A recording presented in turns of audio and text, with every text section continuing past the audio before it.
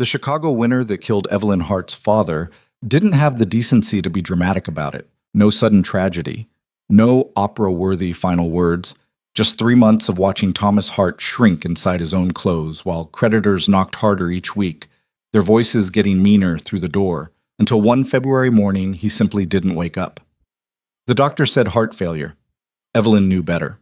Her father had died of shame, buried under debts he'd spent 20 years accumulating while pretending the Hart family still mattered in a city that had long since forgotten them. She was 23 years old, standing in a dress she'd already pawned and bought back twice, watching strangers auction off every piece of furniture her mother had picked out before the consumption took her 6 years earlier. The house on Webster Avenue, the one her father swore would always be theirs, sold for less than he owed on it.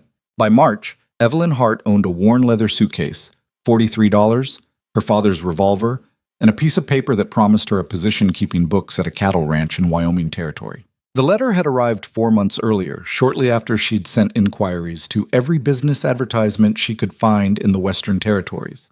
Most hadn't bothered responding. This one had been brief, almost curt. Black Hollow Ranch requires bookkeeper. Room and board provided. Salary $30 monthly. Report to Sweetwater Station before May. Hayes. No first name, no excessive pleasantries, just an offer and an expectation. Her father had forbidden her from even considering it. Hart women don't run off to live among cowboys and savages, he'd said, as if the Hart name still carried weight anywhere beyond his own delusions. Now Thomas Hart was 6 feet under in a pauper's section of Graceland Cemetery, and Evelyn was standing on a train platform with a one-way ticket west. The journey took 6 days by rail, Chicago to Omaha, Omaha to Cheyenne, then a smaller line that rattled north through country that got emptier with each passing mile. The other passengers changed as they traveled. Well-dressed merchants gave way to rough miners, then soldiers, then men who didn't offer any explanation for why they were heading into territory where civilization thinned out like butter scraped over too much bread. One of them, a man with tobacco-stained teeth and hands that kept drifting toward Evelyn whenever the train swayed, had tried talking to her outside Cheyenne. Heading to Sweetwater alone? His smile didn't reach his eyes. That's ambitious for a lady. I can manage. Evelyn had learned in Chicago that men like this respected cold efficiency more than polite deflection. You carrying anything valuable? Her hand had moved to her handbag, where the revolver sat loaded. Nothing worth dying over. He'd laughed, but he'd also moved to a different car. Sweetwater Station wasn't really a town, just a collection of wooden buildings clustered around the rail line like they were afraid of the emptiness beyond. The stagecoach office sat between a trading post and a saloon, both establishments looking like a strong wind might reconsider their existence. Evelyn had arranged for passage to Black Hollow Ranch through a service that promised reliable transportation to outlying properties. The man running it, a weathered individual named Pritchard, looked her up and down with the expression of someone calculating odds he didn't like. "You sure about Black Hollow?" he'd asked. "That's 2 days northwest, rough country. Hayes don't usually send for women.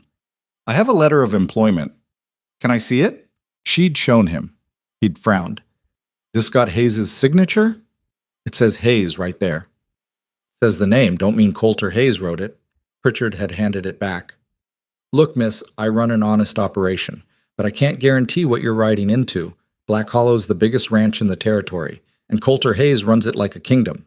He's fair if you work hard and don't cross him, but he ain't known for tolerance of mistakes." "I don't intend to make mistakes." "Nobody does." Pritchard had sighed. "Stage leaves dawn tomorrow. $50 for passage, another $20 if you want an armed escort."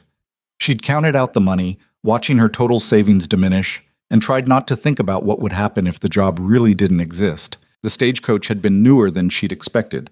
Or maybe everything just looked newer out here where nothing was very old to begin with.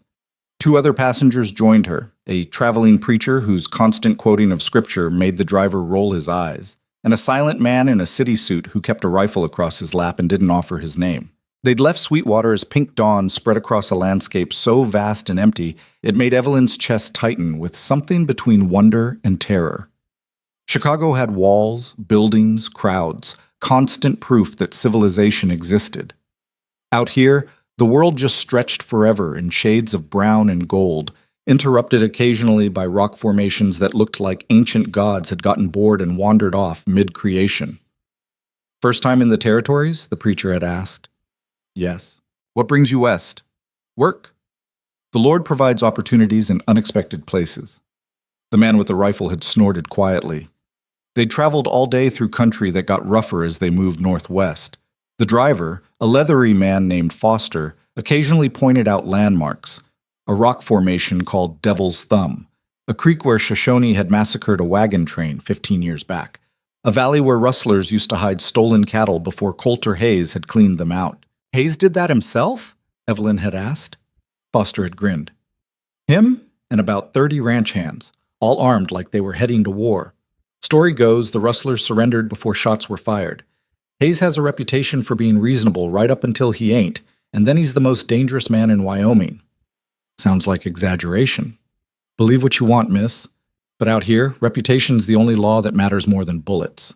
They'd stopped for the night at a way station, a single building where the owner's wife served stew that tasted like boiled leather and charged $2 for the privilege of sleeping on the floor. The man with the rifle had paid for a corner spot and stayed awake all night, which made Evelyn nervous enough to keep her revolver in her hand under her blanket. Nothing happened. Dawn came cold and gray, and they'd loaded back into the coach. Black Hollow's another 6 hours north, Foster had said. Country gets meaner from here. He hadn't been exaggerating.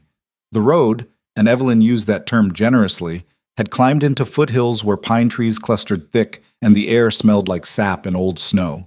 The stagecoach bounced over rocks and through gullies that made her teeth click together, and twice Foster had to stop to clear fallen branches. Don't like this, the man with the rifle had muttered during the second stop. Too quiet. Maybe everyone's just minding their business, the preacher had suggested.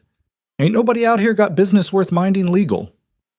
They'd been back on the road for maybe 20 minutes when the first shot cracked across the valley. Foster had cursed, whipping the horses faster, but the road was too rough for real speed. More gunfire erupted from the tree line, sharp, purposeful cracks that sent splinters flying from the coach's wooden frame. Ambush, the man with the rifle had shouted, already moving toward the door.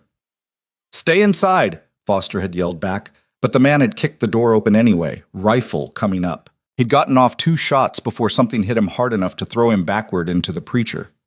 Blood sprayed across Evelyn's dress. The preacher started screaming. The rifle clattered to the floor. Evelyn had grabbed it without thinking, her hands moving on instinct while her mind struggled to process what was happening. The man with the rifle was making wet, gurgling sounds. The preacher kept screaming. Foster was shouting something about holding on.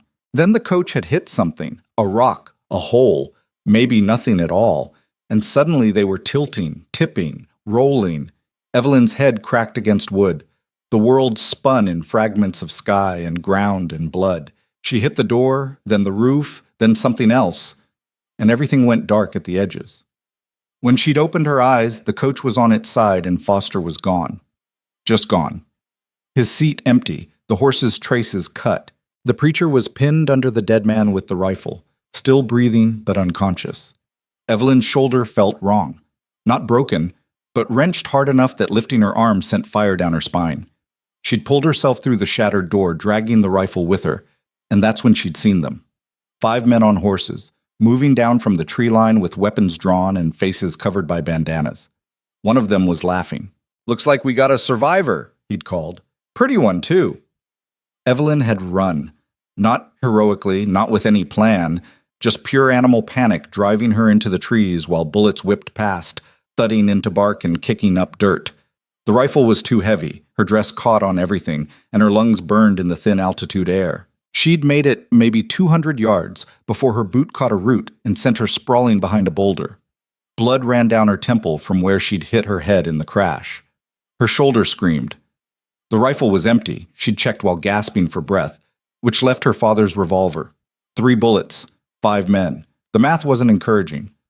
"Come on out," one of them shouted. "We don't want to hurt you, just want to talk." The lie was almost insulting. Evelyn checked the revolver cylinder with shaking hands. 3 rounds, just like she'd thought. She'd fired it exactly twice in her life, both times at bottles in her father's friend's yard, and she'd missed both times. Hoofbeats circled closer. Rocks crunched under boots. They weren't in a hurry. Why would they be? She was one woman alone in the middle of nowhere with a gun she probably couldn't shoot straight. "Last chance, darling." Another voice, younger, eager. "We can make this easy or hard." Evelyn pressed her back against the stone and tried to remember how to breathe. This was how she was going to die. Not in Chicago, surrounded by familiar streets, but in Wyoming territory behind a rock, killed by men whose names she'd never know for reasons that didn't matter. Her father's voice echoed in her memory. Hart women don't run off to live among cowboys and savages. Should have listened, she whispered. Then the valley exploded with sound. Not gunfire, something deeper, heavier. Thunder without clouds. The ground itself seemed to shake, and the outlaws started shouting in confusion. Evelyn risked looking around the boulder, and her breath caught. Horses. Not 5, but dozens, pouring down from the ridge like a flood of muscle and fury. The riders wore no uniforms, carried no flags, but they moved with military precision, a wedge formation aimed straight at the outlaws like a spear. And at the front, on a black horse that moved like smoke made solid, rode a man who looked like he'd been carved from the same stone as the mountains. He was tall. Even sitting astride, he looked tall, with shoulders that filled a dark coat and a hat pulled low over eyes that Evelyn couldn't see clearly, but somehow felt watching everything. He held a rifle in one hand with the casual familiarity of someone who'd been born with it, and as he closed the distance to the outlaws, he never slowed. The outlaws scattered, or tried to. 2 went for their horses, 1 tried to run on foot, 1 actually raised his weapon like he might fight. The man on the black horse shot him without breaking stride. No hesitation, no warning, just one fluid motion. Rifle up, crack of gunpowder, man falling. And then he was past, his riders fanning out to cut off the other's escape. It was over in less than 2 minutes. The outlaws who weren't dead or wounded were on their knees with hands raised, surrounded by armed ranch hands who looked disappointed they hadn't gotten to shoot anyone. The man on the black horse dismounted with the economical grace of someone who spent more time in a saddle than on his feet, handed his rifle to one of his men, and walked toward Evelyn's boulder. She realized she was still pointing her revolver at him and lowered it quickly. He stopped 10 feet away and pushed his hat back just enough that she could see his face properly for the first time. Coulter Hayes wasn't handsome in any conventional sense. His face was too hard for that, carved by weather and circumstance into something more intimidating than attractive. Maybe 35, maybe older, the frontier-aged people in ways that made guessing difficult. Dark hair, darker eyes, a jaw that looked like it had never softened for a smile, and a presence that filled space the way a storm fills sky. You hit? His voice matched everything else, deep, quiet, and carrying the kind of authority that didn't need volume. Evelyn tried to stand, and her legs disagreed with the plan. She sat back down hard. I don't think so. The coach crashed. There were other passengers. Dead. He said it without inflection. Driver too. You're the only one who made it out. The words hit harder than they should have. She'd known, of course she'd known, but hearing it confirmed made her stomach twist. How did you... Heard shots. We were moving cattle through the valley. Hayes glanced at the outlaws, then back at her. You carry an identification? What? Need to know who you are. For the report. Report to who? There's no law out here. I'm the law out here. He said it like he was commenting on the weather. Now, identification. Evelyn fumbled in her bag with numb fingers and produced the letter. I was traveling to Black Hollow Ranch. I have a position there as a bookkeeper. Hayes took the letter, read it in 3 seconds, and his jaw tightened almost imperceptibly. No, you don't. What? This letter's a forgery. He handed it back. I never sent for a bookkeeper. Don't need one. The world tilted again, worse than the coach crash. But it has your signature. Has my name. That's not the same thing. Hayes studied her with eyes that missed nothing. You came all the way from Chicago based on this? Yes. Alone? Yes. That was stupid. The blunt assessment stung worse because he was right. Evelyn felt something crack inside her chest. The last remaining piece of composure that had kept her together through her father's death, the debt collectors, the endless train ride, and nearly dying in a goddamn Wyoming canyon. I know it was stupid. Her voice came out harder than intended. I'm well aware, but I didn't have other options, and I'm excellent with numbers, and I thought... She stopped herself before the tears could start. It doesn't matter what I thought. Hayes watched her for a long moment. One of his men called something from the prisoners, and he held up a hand without looking. You got money for a return ticket? No. Family back east? No. Friends? Anyone who'd take you in? If I had any of that, do you think I'd be here? The words came out sharper than smart, but exhaustion and pain and the crash of adrenaline leaving her system had burned through her filter. She waited for him to respond with anger. Men like him, powerful and used to obedience, didn't appreciate sass from women with 3 bullets and no prospects. Instead, Hayes just sighed, the sound carrying the weight of someone solving a problem he didn't want. Can you ride? A horse? No, a buffalo. Yes, a horse. I've ridden, not well, but I can stay on. Good enough. He turned toward his men. Garrett, get one of the spare mounts ready. A younger ranch hand jogged over, leading a brown horse that looked bored with the entire situation. Hayes turned back to Evelyn. Black Hollow's 4 hours north. You can stay there tonight, and I'll figure out what to do with you tomorrow. I don't need charity. Wasn't offering charity. Was offering shelter, which out here is just basic human decency. His expression didn't change. You can accept it, or you can sit behind this rock and wait for the next stagecoach, which won't come for 5 days, assuming it comes at all. Your choice. It wasn't really a choice, and they both knew it.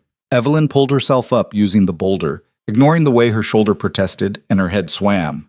She accepted the horse's reins from Garrett with as much dignity as she could manage, which wasn't much considering her dress was torn, blood-stained, and completely inappropriate for riding. Hayes noticed. Garrett, get her something better to wear. Sir? Something from the supply packs, pants, shirt, coat. Can't ride 4 hours like that. 10 minutes later, Evelyn found herself behind a cluster of trees, changing into men's work clothes that were too big everywhere and smelled like horse and leather. Her dress, the last nice thing she'd owned from her old life, lay crumpled on the ground, ruined beyond saving. She almost left it there. Then, with hands that shook slightly, she folded it and tucked it into her suitcase anyway. When she emerged, Hayes was settling the prisoners. 2 of the outlaws were wounded but alive.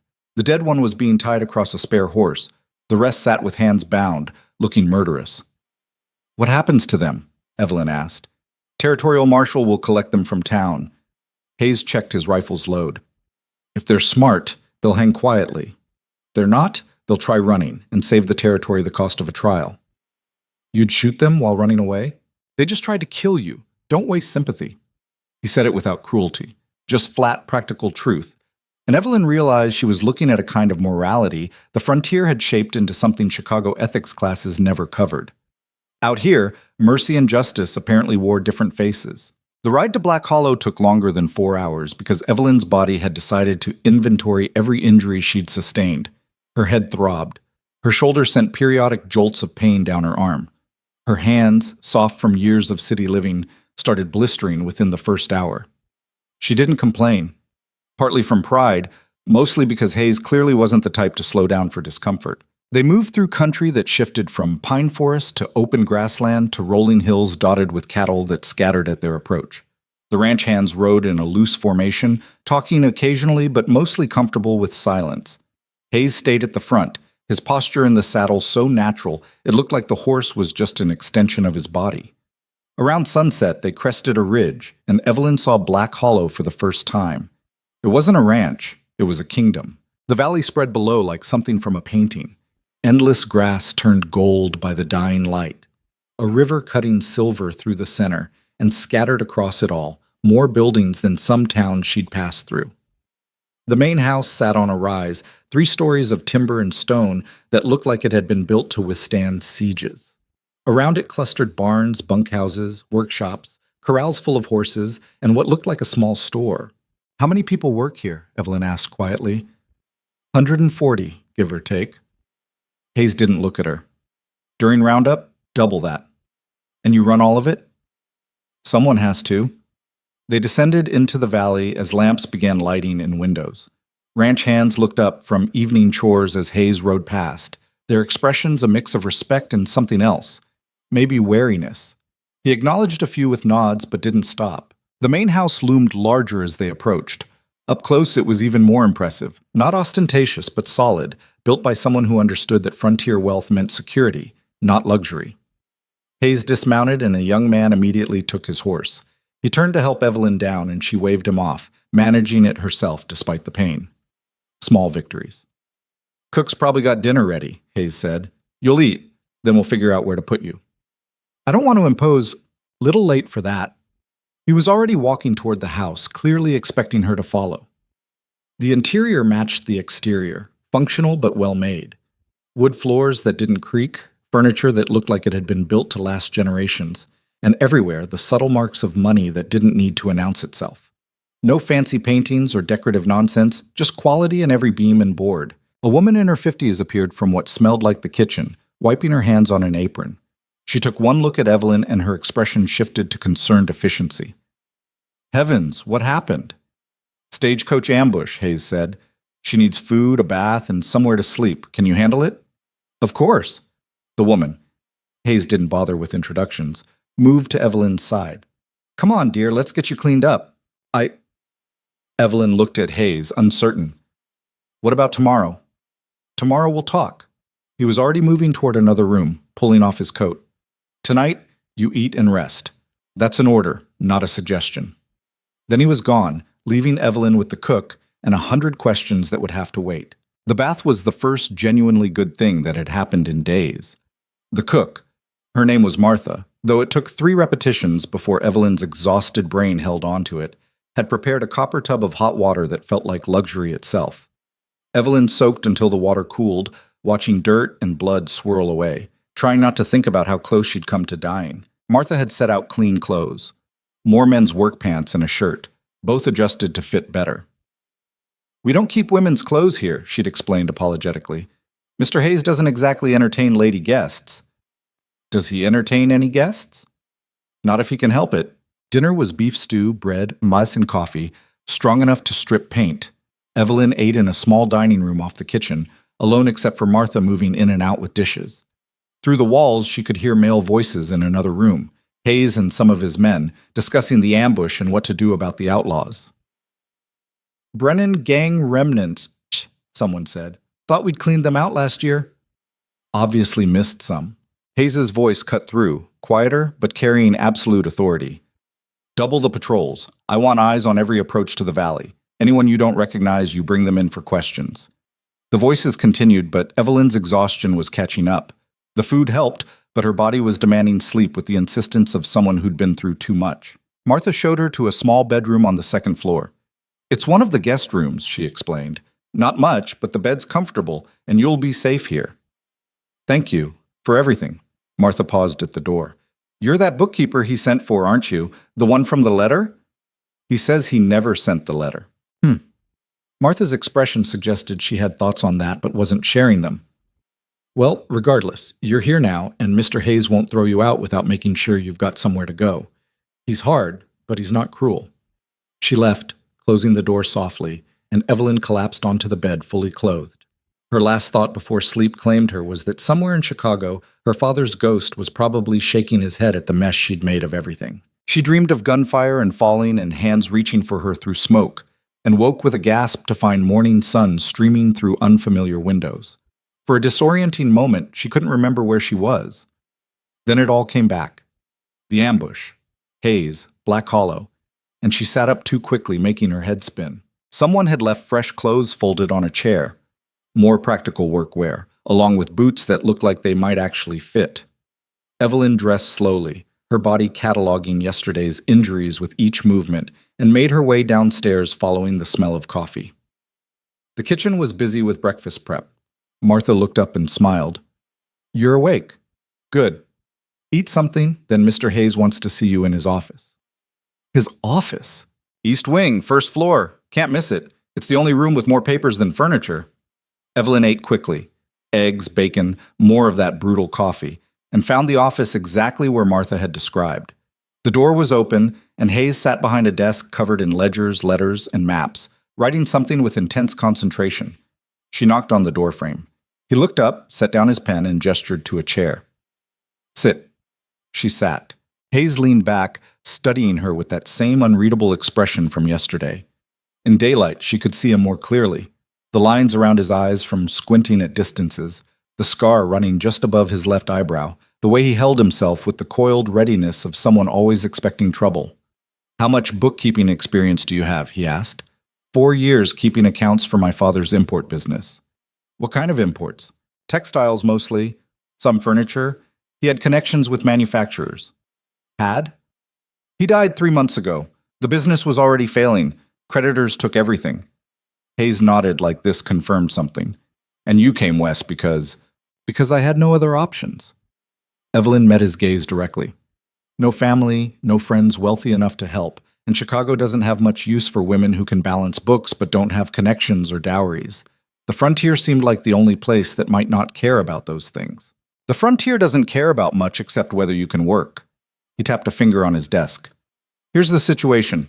Someone sent you that letter pretending to be me. I don't know who or why, but I intend to find out. That's not your problem. It feels like my problem considering I'm homeless because of it. Fair, but right now I've got a bigger issue. He pulled over one of the ledgers and turned it around so she could see. Take a look at that. Evelyn studied the pages. They were account records, but organized so poorly it made her teeth hurt. Income and expenses mixed together, dates out of sequence, arithmetic errors in at least 3 places she could see in 30 seconds. This is a disaster, she said before she could stop herself. That's the polite version. My previous bookkeeper was my uncle's son. He was loyal and honest, which I valued. He was also barely literate and couldn't add. Hayes closed the ledger. He retired 6 months ago, and I've been handling the books myself when I can, which isn't often enough. You need someone to clean this up. I need someone to rebuild the entire system from scratch. He leaned forward. Here's what I'm offering. You stay, you fix my books, you keep them fixed. Room, board, and $40 a month. That's 10 more than that fake letter promised. Evelyn's heart jumped, but she kept her expression neutral. For how long? Long as you want the job and don't give me reason to fire you. Could be 6 months, could be 6 years. And if I say no, then tomorrow I give you a horse, supplies, and enough money to get you to the nearest town with train service. Your choice, but he held up a hand before she could respond. Before you decide, understand something. This ranch is the biggest operation in the territory. That makes it a target. What happened yesterday with the ambush? That happens. Not often, but it happens. Working here means accepting that danger comes with the territory. You're trying to scare me off. I'm trying to be honest. You seem like someone who appreciates honesty. Evelyn looked at the ledger again, then at Hayes, then out the window at the vast valley beyond. Chicago was 3 states away and might as well have been another world. She had no money, no connections, and no prospects except this. A job offer from a man she'd known for 16 hours, in a place so remote it made its own rules. Her father's voice whispered again, "Stupid. This is stupid. Maybe." But stupid was better than dead, and dead was where she'd end up if she went back east with nothing. "I'll take the job," she said. Hayes nodded once, like he'd expected that answer. "Good.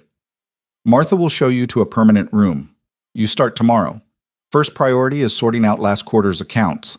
I've got territorial tax assessors coming in 3 weeks, and I need accurate numbers." "I can do that." "I know you can. If I didn't think so, I wouldn't have offered." He picked up his pen again, already back to whatever he'd been writing. Dismissed.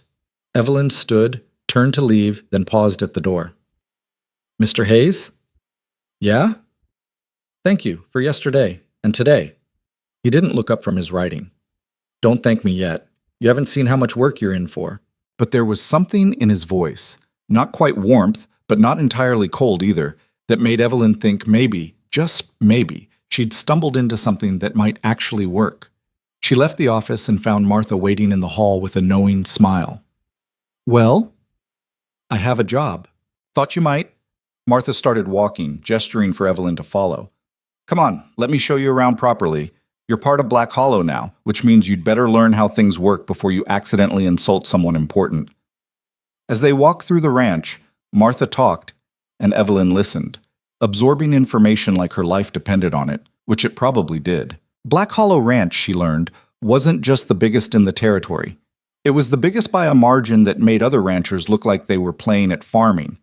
20,000 acres of prime grazing land, 6,000 head of cattle, 300 horses, and operations that extended beyond ranching into timber, mining interests, and even a stake in the railroad spur being built through the valley. Coulter Hayes had built it all in 12 years.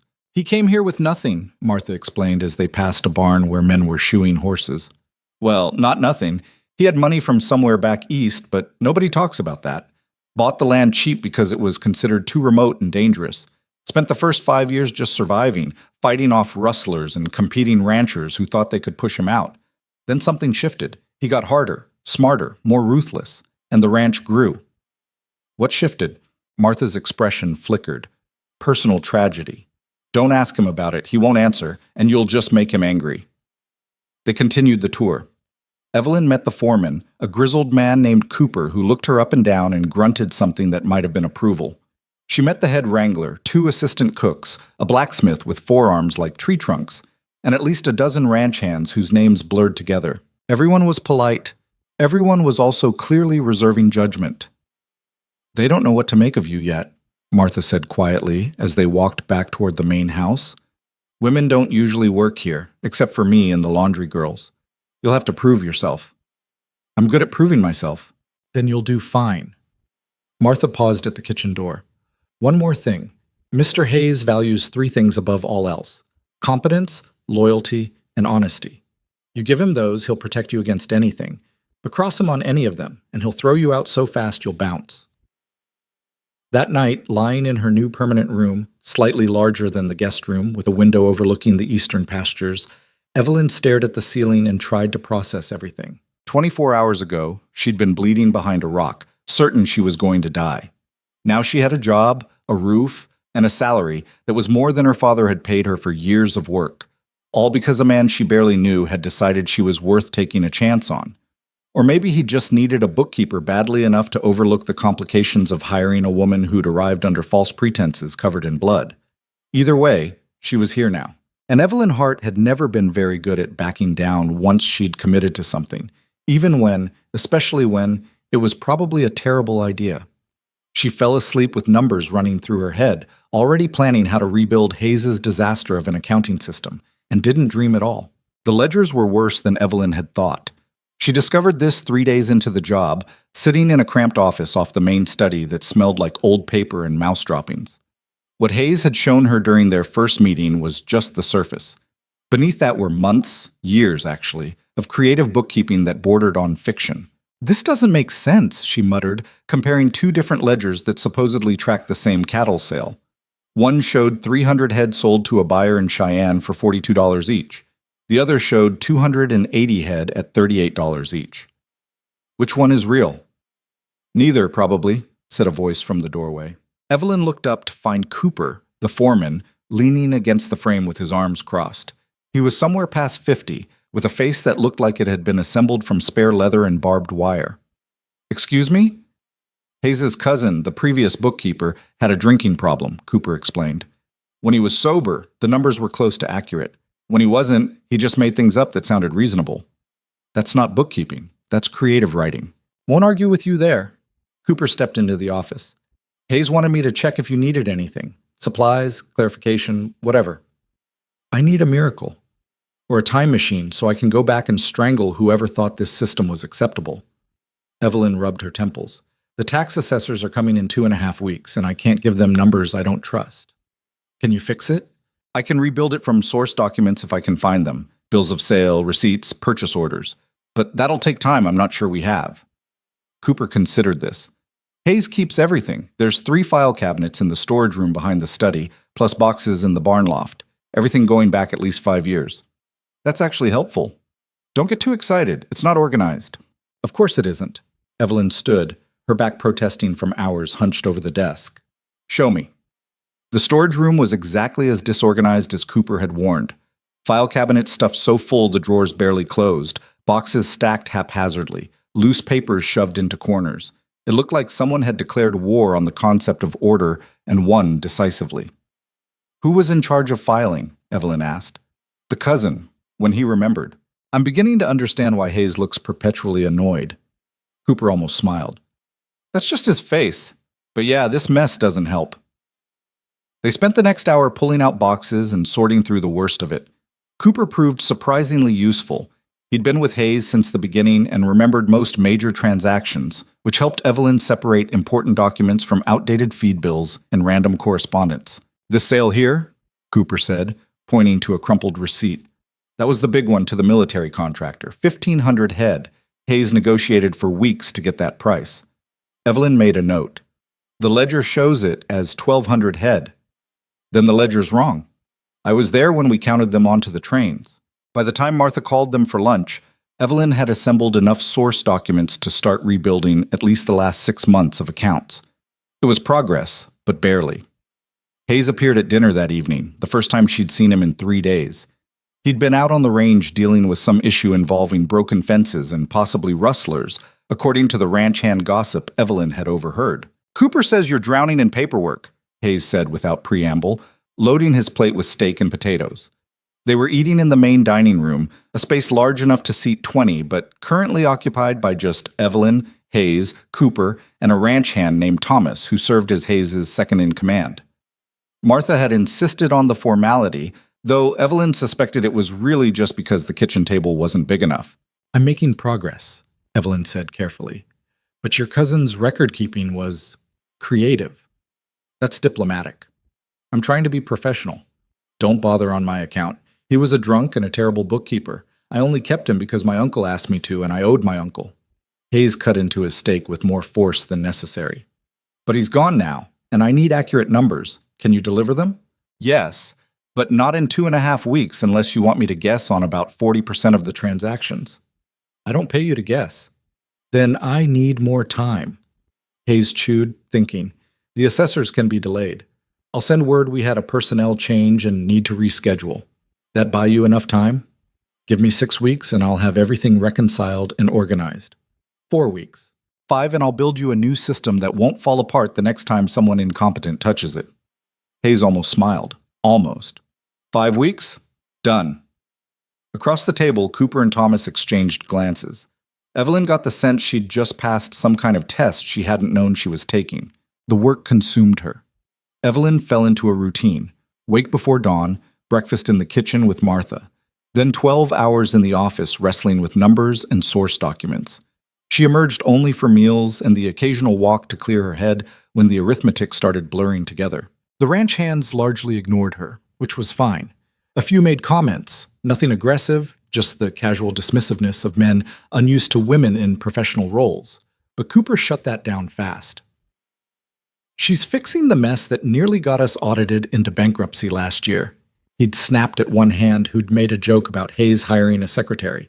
"Show some respect or find work elsewhere." That had been the end of it. Hayes himself remained distant. He was running a massive operation and had better things to do than check on his bookkeeper. But occasionally, late at night when Evelyn was still working by lamplight, he'd appear in the doorway. "You're going to ruin your eyes," he'd say. "I'm behind schedule. You're ahead of where anyone else would be." Then he'd disappear again, and Evelyn would sit there feeling strangely unsettled by the brief interaction. 3 weeks into the job, she discovered the first major discrepancy. It was hidden in a series of supply purchases from a vendor in Sweetwater, a merchant named Dalton, who apparently provided everything from nails to flour to lamp oil. The invoices looked legitimate, and the amounts weren't suspicious individually. But when Evelyn cross-referenced them against the delivery logs Cooper had helped her find, nothing matched. The invoices showed $500 worth of supplies delivered in January. The delivery logs showed maybe $200 worth actually arrived. She found similar patterns in February, March, and April, thousands of dollars paid for supplies that had never made it to the ranch. Evelyn sat back, her stomach sinking. This wasn't incompetence or drunken record-keeping. This was theft. She spent 2 more days verifying her findings, checking every number 3 times, making sure she wasn't missing something obvious. Then she took the evidence to Hayes. He was in the study, going over maps with Thomas, planning something that involved moving cattle to higher pastures. They both looked up when Evelyn knocked. "This better be important," Hayes said. "We're in the middle of something." "Someone's been stealing from you." Evelyn set the ledgers on the desk. "Systematically for at least 6 months, possibly longer." That got his attention. Thomas straightened. Hayes's expression went from annoyed to dangerously focused in the space of a heartbeat. "Show me." Evelyn walked him through it. The invoices, the delivery logs, the pattern of discrepancies. Hayes listened without interrupting, his jaw getting tighter with each revelation. "How much total?" he asked when she finished. "Conservatively, $4,000. Possibly more if the pattern extends back further than I've checked." 4,000. Hayes's voice was very quiet, which somehow made it more intimidating. That's nearly a year's salary for 10 men. I know. And you're certain it's Dalton in Sweetwater? The invoices have his signature. Either he's involved or someone's forging his name. Evelyn paused. There's something else. Your cousin would have seen these discrepancies if he'd been doing his job. Either he was too drunk to notice, or he was in on it. Hayes finished the thought, his expression turning glacial. Thomas, send word to Dalton. Tell him I want to meet regarding our supply contract. Don't mention any problem, just a routine business discussion.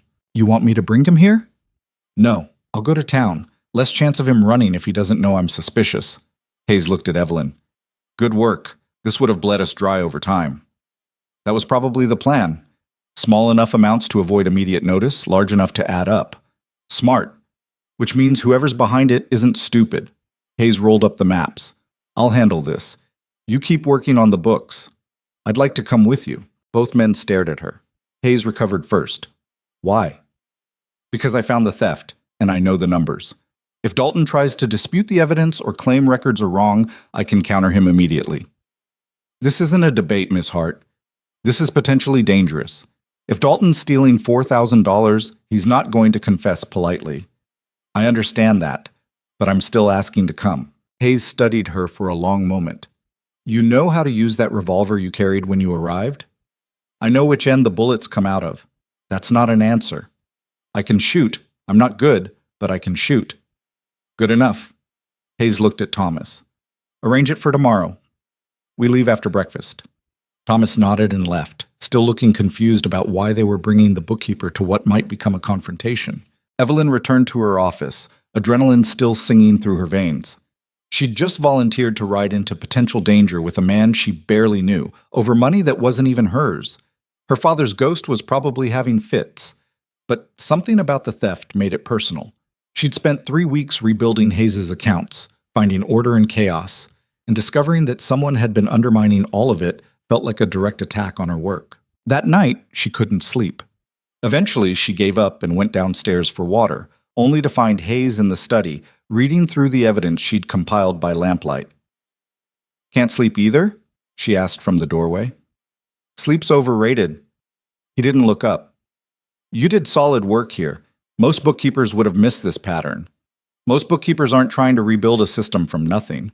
True. Hayes finally looked at her. Why'd you really want to come tomorrow? I told you. You told me the professional reason. What's the personal one? Evelyn considered lying, then decided against it. Hayes seemed like he'd spot dishonesty from a mile away. Because I'm tired of being helpless, she said. The stagecoach ambush, arriving here with nothing, spending weeks in an office while everyone else does the actual work of running this ranch. I know I'm useful with numbers, but I'm not used to being sheltered. It doesn't sit right. Most women would appreciate the shelter. I'm not most women. If I were, I'd still be in Chicago trying to find a husband rich enough to solve my problems. Hayes almost smiled again, that flicker of expression that never quite manifested fully. Fair enough. But tomorrow, you follow my lead. If things go bad, you do what I say without argument. Agreed? Agreed. Good. Now go get some sleep. We leave at dawn. Sweetwater looked different in daylight. Less bleak, but not by much. The town consisted of one main street lined with false front buildings that optimistically suggested more prosperity than actually existed. Maybe 300 people lived here, serving as a supply hub for the ranches scattered across the territory. They rode in with 4 ranch hands as escort. Hayes had wanted more, but Evelyn had overheard Cooper arguing that showing up with an army would spook Dalton into running. Just enough to make the point, Cooper had said. Not enough to start a war. Dalton's store occupied a corner lot, 2 stories with living quarters above and a storefront below. Through the windows, Evelyn could see shelves stocked with everything from tools to fabric to whiskey. Hayes dismounted and tied his horse. Thomas, you and the boys wait out here. Anyone tries to leave through the back, stop them. He looked at Evelyn. Ready? She nodded, not trusting her voice. Inside, the store smelled like sawdust and tobacco. A clerk looked up from behind the counter, his expression shifting from welcoming to wary when he recognized Hayes. Mr. Hayes, didn't expect to see you in town. Is Dalton available? He's in the office. I know where it is.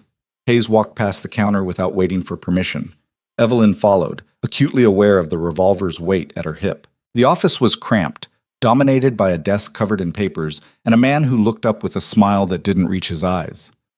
Dalton was maybe 40, running to fat, with the kind of face that probably looked trustworthy to people who didn't look too closely. Coulter, this is a surprise. If you'd sent word ahead, I would have. We need to discuss some discrepancies in our accounts, Hayes said, his tone conversational but carrying an edge that made Dalton's smile falter. Discrepancies? Miss Hart, would you explain? Evelyn stepped forward, pulling out the documents she'd brought. For the past 6 months, your invoices show supplies delivered to Black Hollow Ranch totaling over $4,000. However, our delivery logs show we received less than half that amount. The color drained from Dalton's face. There must be some mistake. There's no mistake, Hayes interrupted. I've verified the records personally. Either you've been sending invoices for supplies you never delivered, or someone's been intercepting shipments. Which is it? I would never. This is. Dalton stammered, his eyes darting between Hayes and the door. Don't run, Hayes said quietly. You won't make it out of town. I didn't steal from you, I swear. Then who did? Dalton's mouth opened and closed. Sweat beaded on his forehead. If I tell you, he'll kill me. If you don't tell me, I'll let the territorial marshal handle it, and they'll hang you for theft. Hayes leaned on the desk. Your choice. Quick death from whoever you're protecting, or slow death from a rope. Or you tell me everything right now, and maybe I'm feeling merciful. The silence stretched. Evelyn could hear her own heartbeat. It was your cousin's idea, Dalton finally whispered. Nathan. He approached me about 8 months ago, said Hayes was too busy to notice small discrepancies, and if I inflated the invoices, we could split the difference. He'd sign off on the deliveries, I'd submit the invoices, and nobody would know. Hayes's expression didn't change, but something in the room's temperature dropped. Nathan initiated this? Yes. I swear. I didn't want to do it, but he said you'd never find out because you trusted him to handle the books. Where's Nathan now? I don't know. He left town 3 weeks ago, said he was heading to Denver. Hayes straightened slowly. Here's what's going to happen. You're going to return every dollar you stole plus 20% interest. You have 2 weeks. I don't have that much. Then sell something. Your store, your house, your grandmother's silver, I don't care. 2 weeks or I file charges. Hayes turned toward the door. And Dalton, if I find out you warned Nathan or tried to contact him, I'll come back and we won't be having a conversation. They left Dalton sweating in his office and walked back onto the street. The ranch hands looked up expectantly. It's handled, Hayes said, mounting his horse. Let's go home. They were halfway back to Black Hollow before Hayes spoke again. I should have seen it. You couldn't have known, Evelyn said. He was family. I gave him a job because my uncle asked me to, and I trusted him because... Hayes stopped himself. Doesn't matter, I was stupid. You were loyal, that's different. Is it? Because from where I'm sitting, it looks like loyalty cost me $4,000 and almost got my ranch audited into the ground. Evelyn didn't have a good answer for that. They rode in silence until the valley came into view. Thank you, Hayes said finally, for finding it and for pushing to come today. You were right, having the numbers immediately available made the difference. You're welcome. Don't let it go to your head. You're still the bookkeeper, not a ranch hand. But there was something in his tone that suggested he was teasing rather than dismissing, and Evelyn felt an unexpected warmth in her chest that had nothing to do with the afternoon sun. Word of the theft spread through the ranch faster than Evelyn would have thought possible. By dinner, everyone knew Nathan had been stealing, Dalton was paying it back, and Evelyn had been the one to uncover it all. The ranch hands looked at her differently now.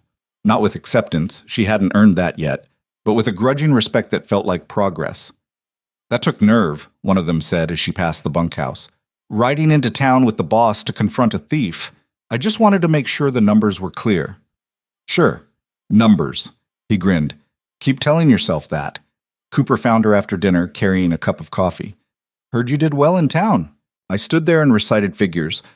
Hayes did everything else. You stood there in a room with a cornered thief and didn't flinch. That counts. Cooper handed her the coffee. Hayes doesn't compliment people easily. The fact that he brought you along says something.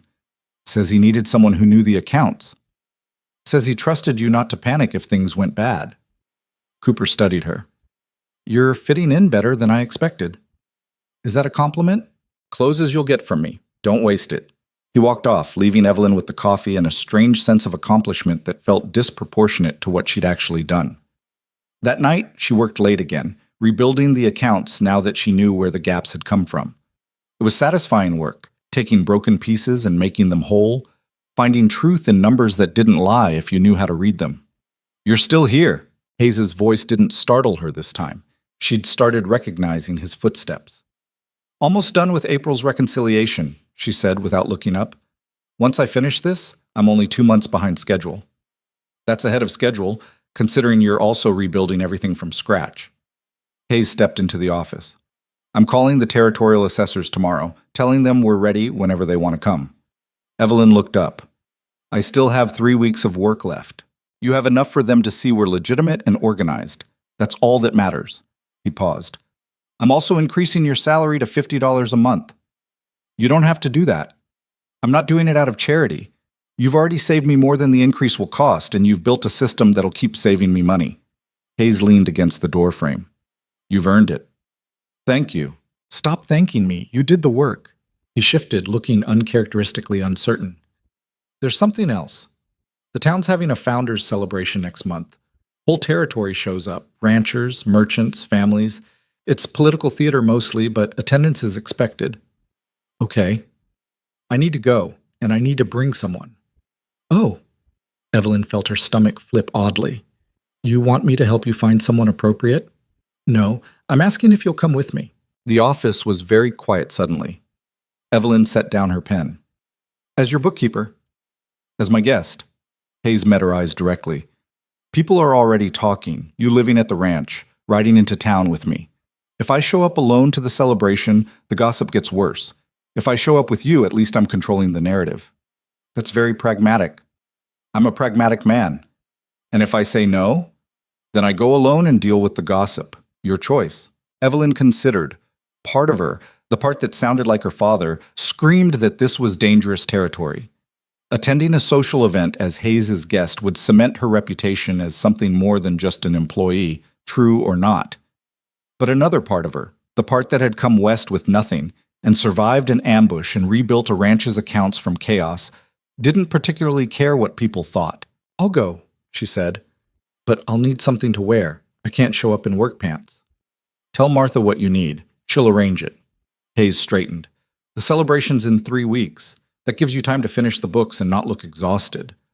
"Thoughtful." "Pragmatic," he corrected, but there was that almost smile again. After he left, Evelyn sat in the quiet office, staring at numbers that suddenly wouldn't quite focus. She'd just agreed to attend a social function with the most powerful man in the territory, and she had no idea what she'd just signed up for. But backing down now would be worse than whatever complications lay ahead. So she took a breath, picked up her pen, and went back to work. Because if she was going to complicate her life, she'd at least do it with the books properly balanced. The dress arrived on a Tuesday, delivered by a dressmaker from Sweetwater who looked simultaneously terrified and thrilled to be visiting Black Hollow Ranch. Martha had ordered it without consulting Evelyn about style or color, which should have been concerning but somehow wasn't. "I know what works," Martha had said when Evelyn questioned the arrangement. "Trust me." The result was dark blue silk with black trim, elegant without being ostentatious, fitted enough to be flattering but practical enough that Evelyn could actually move. It was the nicest thing she'd owned since before her father's death, and looking at herself in the mirror made something twist in her chest. "You look like a lady," Martha said from the doorway, approval clear in her voice. "I look like I'm pretending to be a lady." "Same thing out here. Nobody's born to this. We all just figure it out as we go." Martha adjusted the dress's shoulder. "Mr. Hayes is going to have a heart attack when he sees you. That's not the goal." "Maybe not yours." Evelyn turned to face her. "What's that supposed to mean?" Martha just smiled and left the room, which was somehow more unsettling than if she'd actually answered. The territorial assessors arrived the following morning, 2 men in dusty suits who looked like they'd rather be anywhere else. Hayes met them in the study while Evelyn waited in her office, organized ledgers stacked on the desk like ammunition. She heard raised voices after about 20 minutes. Not shouting, but the kind of sharp professional disagreement that preceded shouting. Then Hayes appeared in her doorway. "They want to see you." "Is that normal?" "No. But they're questioning some of the reconstruction, and I told them they could verify with the person who did the work. His expression was carefully neutral. Don't let them intimidate you. I won't. The assessors were both past 50, with the worn-down look of men who'd spent careers dealing with frontier bookkeeping that ranged from incompetent to actively fraudulent.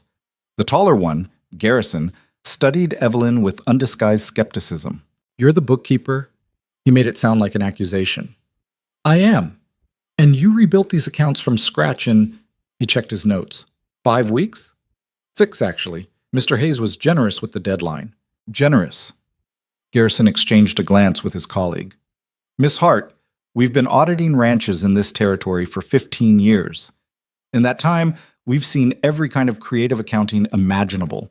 What we're looking at here is either legitimate reconstruction or very sophisticated fraud." "It's legitimate." "So you say. But the previous bookkeeper's records are a disaster, and suddenly everything's perfectly organized under your tenure?" The skepticism in his voice bordered on accusation. "That's convenient timing." Evelyn felt her temper spark. "The previous bookkeeper was a drunk who couldn't add. I spent 6 weeks cross-referencing every transaction against source documents because the ledgers were worthless.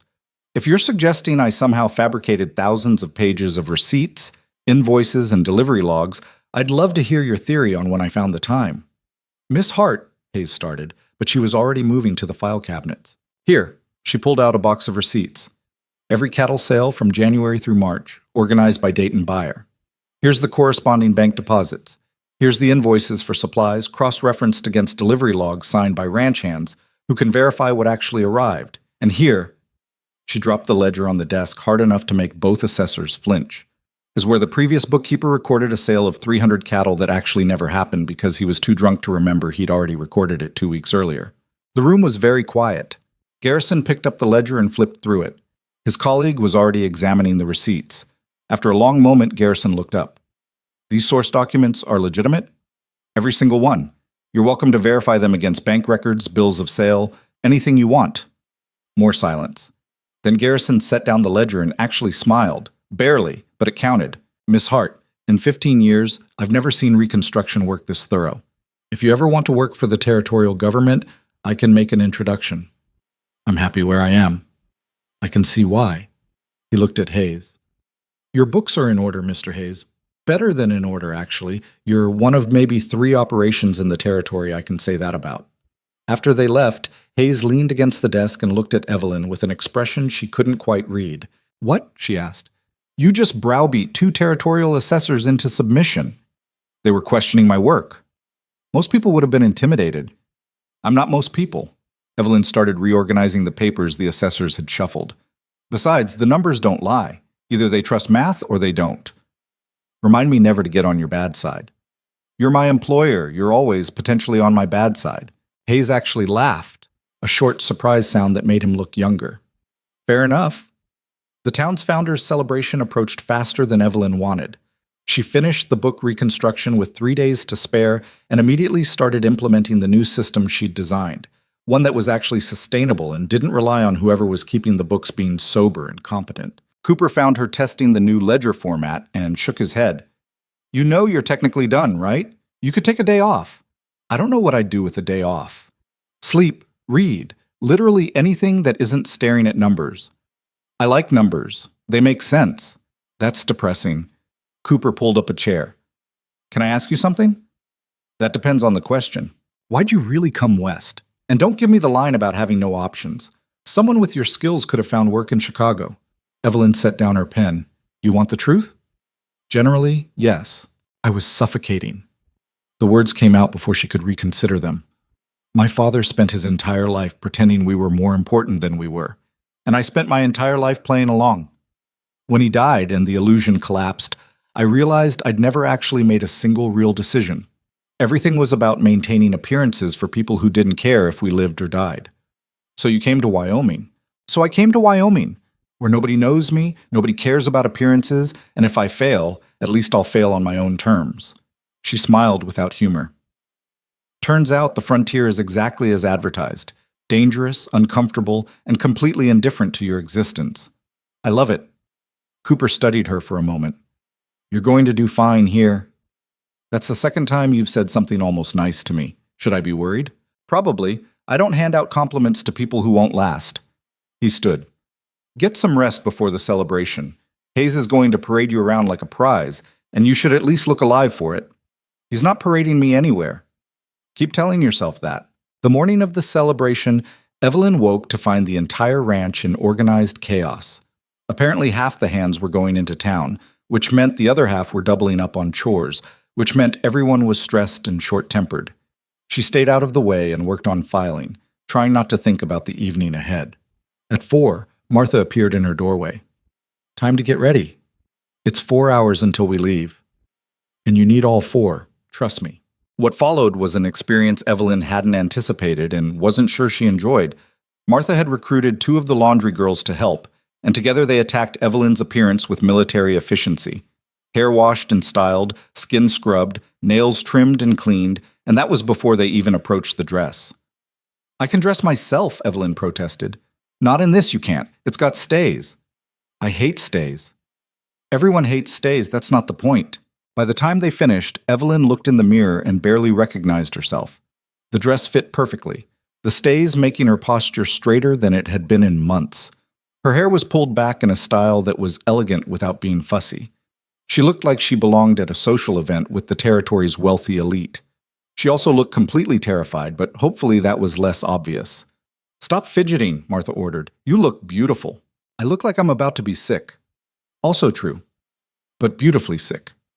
Hayes was waiting at the base of the stairs, wearing what was probably his best suit, dark, well-tailored, and making him look less like a rough frontier rancher and more like someone who could buy and sell most of the territory without blinking. He looked up as she descended, and something in his expression shifted. You clean up well, he said finally. So do you. I clean up adequately. You clean up dangerously. He offered his arm. Ready? Absolutely not. Good. Let's go. They took the carriage instead of horses, which felt absurdly formal, but made sense given Evelyn's dress. Thomas drove, with 2 armed ranch hands riding alongside as escort. Apparently even social events required security in Wyoming territory. Are you expecting trouble? Evelyn asked as they rolled down the valley road. Always expect trouble. That way you're prepared when it arrives. Hayes watched the landscape pass. The celebration attracts everyone, legitimate ranchers, merchants, politicians, and people who are only barely pretending to be legitimate. Tensions run high, add alcohol, and things get interesting. Define interesting. Last year, 2 ranchers got into a fistfight over water rights. Year before that, someone tried to stab a territorial representative over mineral claims. He glanced at her. Stay close to me and you'll be fine. That's not particularly reassuring. Wasn't meant to be, just honest. The town had transformed for the celebration. Lanterns hung from every building, tables lined the main street, and a raised platform at the far end suggested there would be speeches and possibly music. People were already arriving, families in wagons, ranchers on horseback, merchants opening their stores for extended hours. Hayes's arrival drew immediate attention. People stopped talking mid-sentence to watch their carriage roll past. Evelyn felt dozens of eyes tracking their progress, and her stomach knotted tighter. They're staring, she muttered. They're always staring. Ignore them. Easy for you to say. You're not the scandalous woman living at the territory's most powerful ranch. True, I'm just the scandalous man who put her there. Hayes helped her down from the carriage. Might as well give them something to actually talk about. Before Evelyn could ask what that meant, he'd tucked her hand into the crook of his arm and was walking directly toward the largest cluster of people, ranchers and their wives, all dressed in their finest and all suddenly very interested in examining Evelyn like she was a curious specimen. Coulter, one of the men said, his tone carefully neutral. Didn't expect to see you here. Tradition dictates attendance, Benson. You know that. Hayes nodded to the man's wife. Mrs. Benson, you look well. Mrs. Benson's smile was tight. And who is this? Miss Evelyn Hart, my bookkeeper. Miss Hart, this is Samuel Benson, owns the Triple Creek Ranch south of here, and his wife Eleanor. The introduction was calculated, Evelyn realized. Not my guest, or anything that implied a personal relationship. Just the professional connection, stated clearly enough to draw the line, but ambiguous enough to keep people guessing. A bookkeeper, Eleanor repeated, her tone making it clear what she thought of women in professional roles.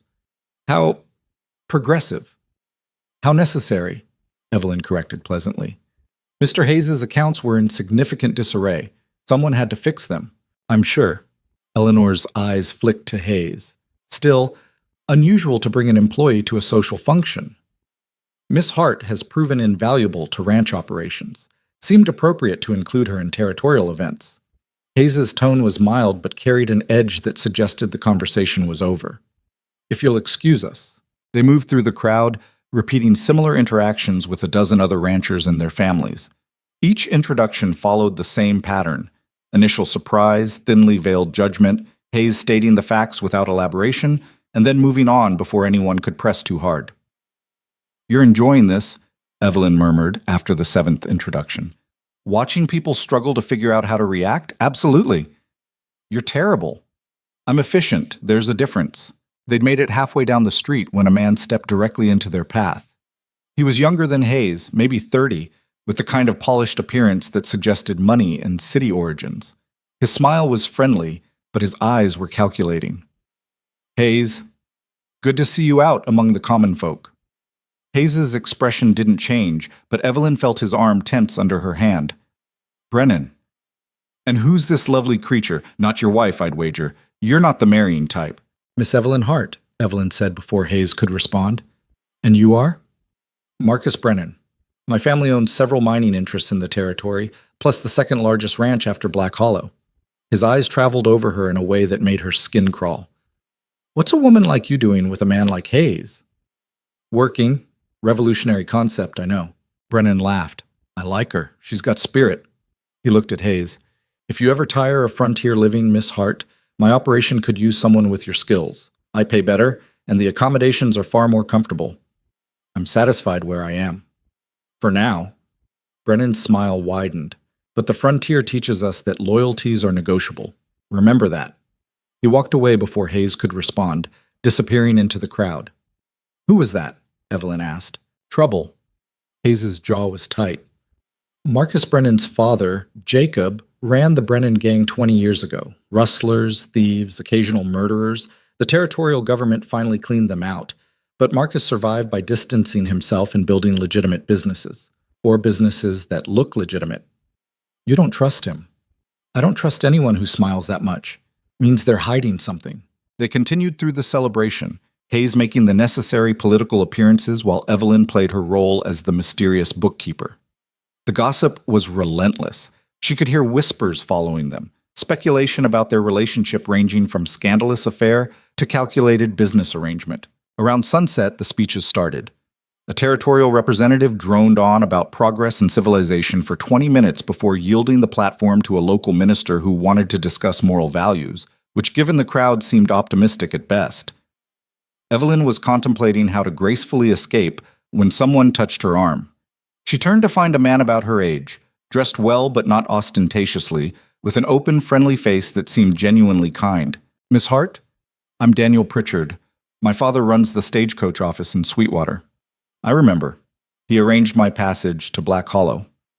He mentioned you, said you were either very brave or very crazy to take that ride alone. Daniel smiled. Given how it turned out, maybe both. Definitely both. Evelyn found herself smiling back. There was something refreshing about Daniel's straightforward manner after an evening of political maneuvering. Are you in the stagecoach business as well? Unfortunately, though I'm trying to convince my father to expand into freight and mail services. The territory's growing. We should grow with it. They talked for several minutes, Daniel asking intelligent questions about her work and the challenges of frontier bookkeeping. He was easy to talk to, treating her like a professional rather than a curiosity, and Evelyn relaxed for the first time all evening. Would you like to dance? Daniel asked when the music started. Fair warning, I'm terrible at it, but I promise not to step on your feet more than 3 times. That's honest, at least. Honesty's cheaper than buying new shoes. Evelyn laughed and was about to accept when a hand settled on her lower back.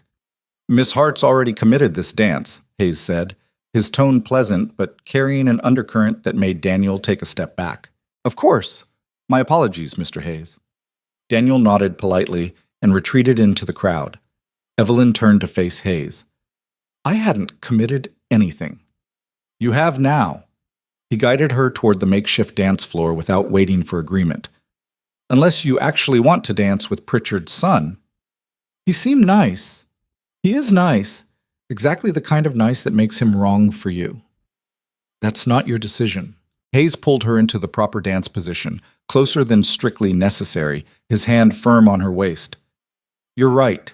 It's not. But I'm making it anyway. The music started before Evelyn could formulate a response. Hayes led with the same quiet competence he brought to everything, and she found herself following despite her irritation. He was surprisingly good, better than someone who spent most of his time on a horse had any right to be. You dance well, she said grudgingly. My mother insisted I learn, said a man needed social graces even if he planned to spend his life working with cattle. Was she right? She was right about most things. Something flickered across his face, pain, maybe, or old grief.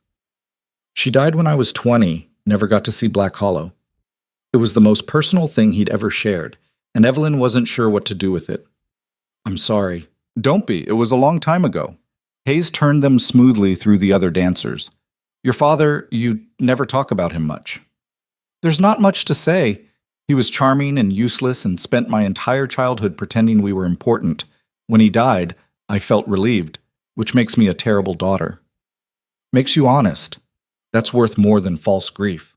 They danced in silence for a moment. Evelyn was acutely aware of how many people were watching them. The most powerful rancher in the territory dancing with his bookkeeper, both dressed like they belonged together, moving with an ease that suggested this wasn't their first time, which it was, but nobody else knew that. This is going to make the gossip worse, she said quietly. I know. People are going to assume we're... She couldn't quite finish the sentence. Let them assume. Hayes's expression was unreadable. I stopped caring what people think about 15 years ago. Makes life simpler. Must be nice. It's practical. There's a difference. The song ended. Hayes released her but didn't step back immediately, and for a moment they stood close enough that Evelyn could see the exact shade of his eyes in the lantern light, darker than she'd thought, with flecks of gold near the iris.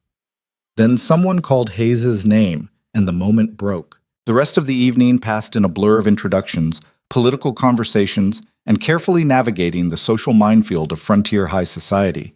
Evelyn fielded questions about her background, her work, and her intentions with a patience she didn't feel, while Hayes remained a solid presence at her side. Daniel Pritchard appeared once more, asking if she'd like refreshments, and Hayes intercepted him with the territorial efficiency of someone defending property. You're being ridiculous, Evelyn hissed after Daniel retreated again. I'm being protective. Different thing. I don't need protection from polite conversation. You need protection from men who see a woman living at my ranch and think she's available for courting. Maybe I am available. Hayes's jaw tightened. Are you? The question hung between them, loaded with implications neither of them was prepared to address. Evelyn felt her heart rate pick up, and she cursed herself for letting the conversation go this direction. That's not... I didn't mean... She stopped, frustrated. This is your fault for being overbearing. Noted. But Hayes's expression had shifted into something she couldn't read, and he was quiet for the rest of the evening. They left around midnight, the celebration still going strong, but both of them ready to escape. The ride back to Black Hollow was mostly silent, broken only by the sound of hoofbeats and the occasional comment from Thomas about the road conditions. Hayes helped Evelyn down from the carriage when they arrived, his hands lingering on her waist a moment longer than necessary. Thank you for coming tonight, he said. I know it wasn't easy. It was fine. It was political theater, and you played your part perfectly. He stepped back. Get some rest. Tomorrow we're back to actual work. He walked away before she could respond, leaving Evelyn standing in the yard with Martha, who had appeared from the house with a knowing smile. Well? Well, what? How was it? Exhausting, complicated. I'm going to bed. That's not an answer. It's the only answer I have. Evelyn headed for the house, acutely aware that Martha was still smiling. In her room, she changed out of the dress with relief, hanging it carefully despite wanting to throw it in a corner. Her reflection in the mirror showed a woman who looked nothing like the desperate girl who'd arrived at Black Hollow 2 months ago. That woman had been lost, broke, and terrified. This woman looked like she belonged somewhere. Evelyn wasn't sure which scared her more. She fell asleep still thinking about Hayes's question, "Are you available?" and her own cowardice in not answering it honestly.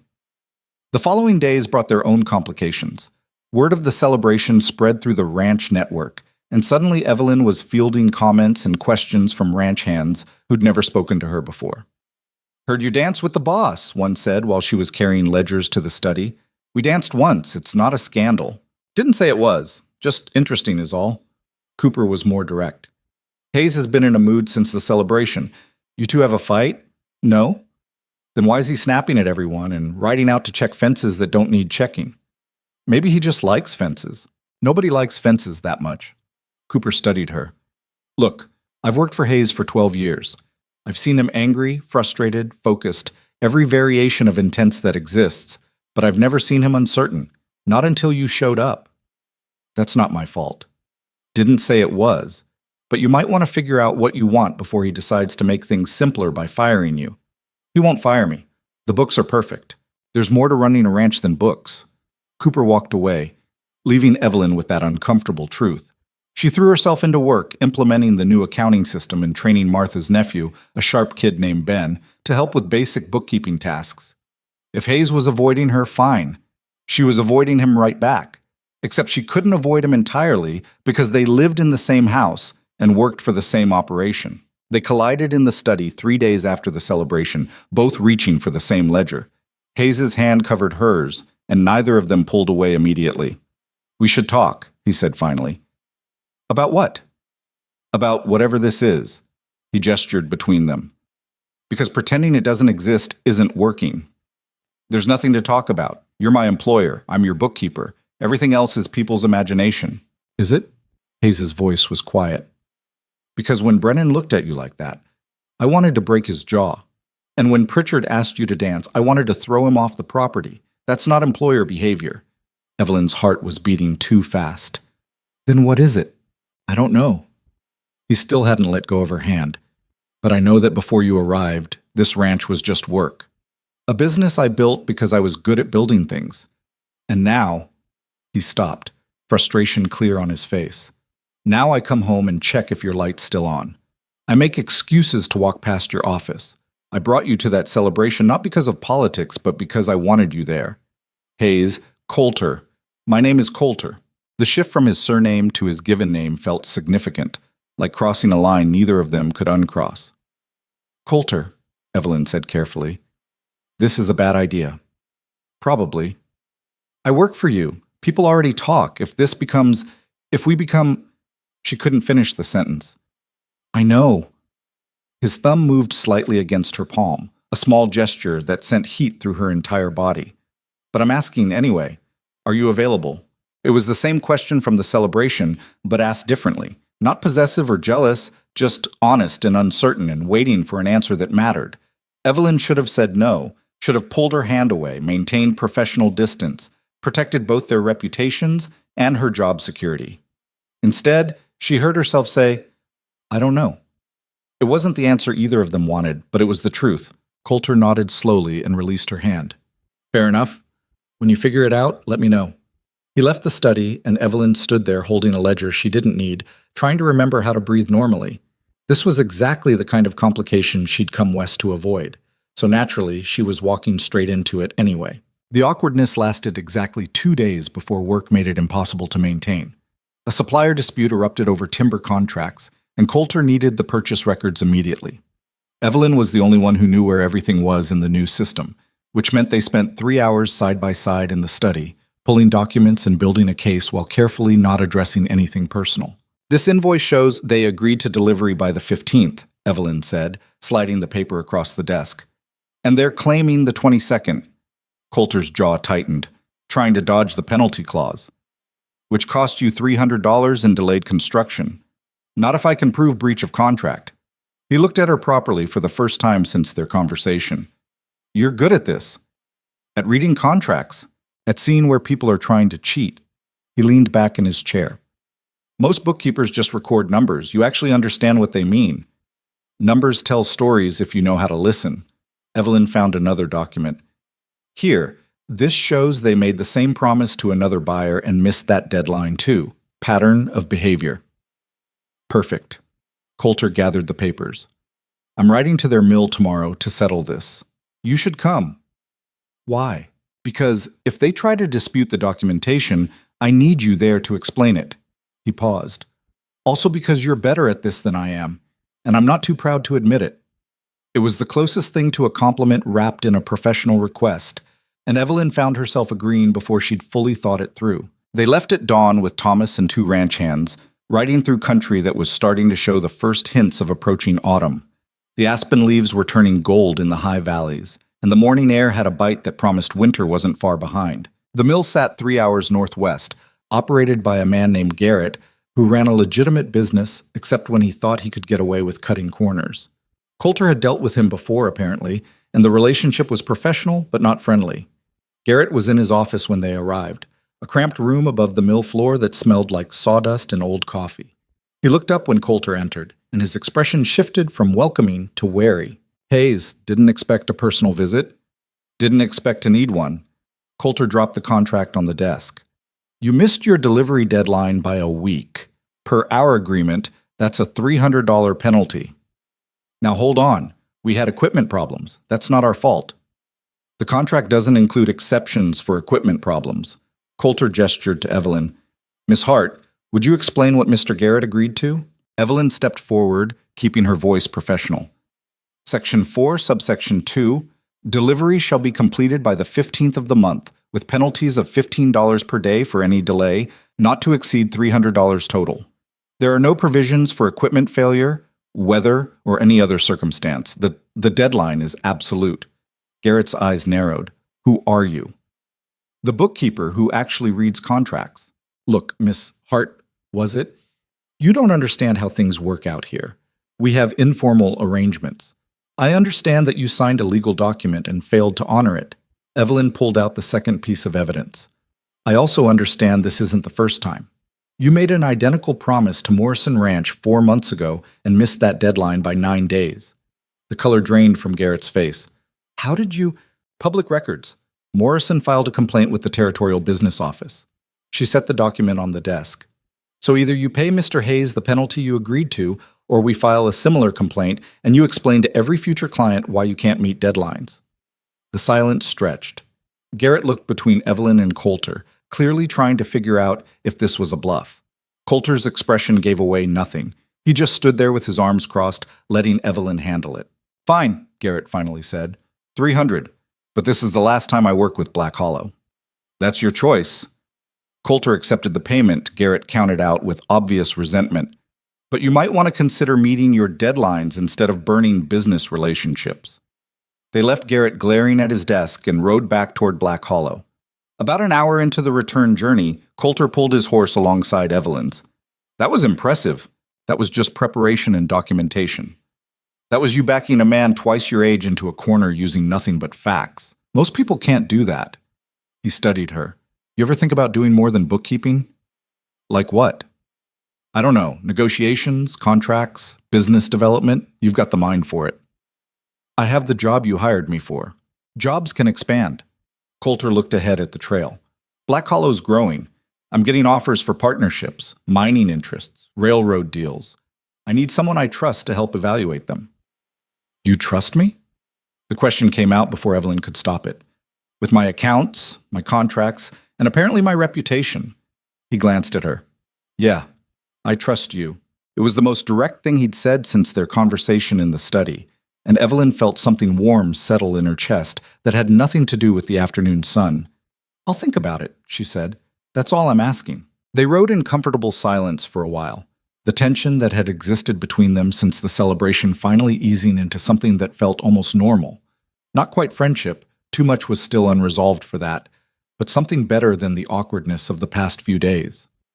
When they stopped to water the horses, Thomas approached Coulter with news that made his expression darken. Cooper sent word. There's been trouble at the north pasture. What kind of trouble? Fence cut, cattle scattered. Tracks suggest at least 4 riders. Coulter swore quietly. Rustlers? Cooper thinks so. He's already got men tracking them, but he wanted you to know. How many head did we lose? Maybe 20. Hard to count until we round up the scattered ones. 20 head was several $1,000s worth of cattle, and from Coulter's expression, it wasn't just about the money. It was about someone thinking they could steal from Black Hollow and get away with it. Tell Cooper I want whoever did this found, Coulter said, his voice carrying the kind of cold authority that made even Thomas look nervous. And when we find them, we're not asking polite questions. They rode hard the rest of the way back, reaching Black Hollow as the sun was setting. Cooper was waiting with a grim expression and 3 ranch hands who looked like they'd spent the day tracking through rough country. We followed the tracks to the ridge above Miller's Creek, Cooper reported. Lost them in the rocks, but we found this.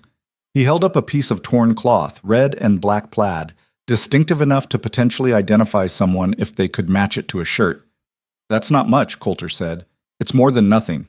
And one of the horses was shod wrong. Left front shoe has a twisted nail. That's distinctive enough to track if we see it again.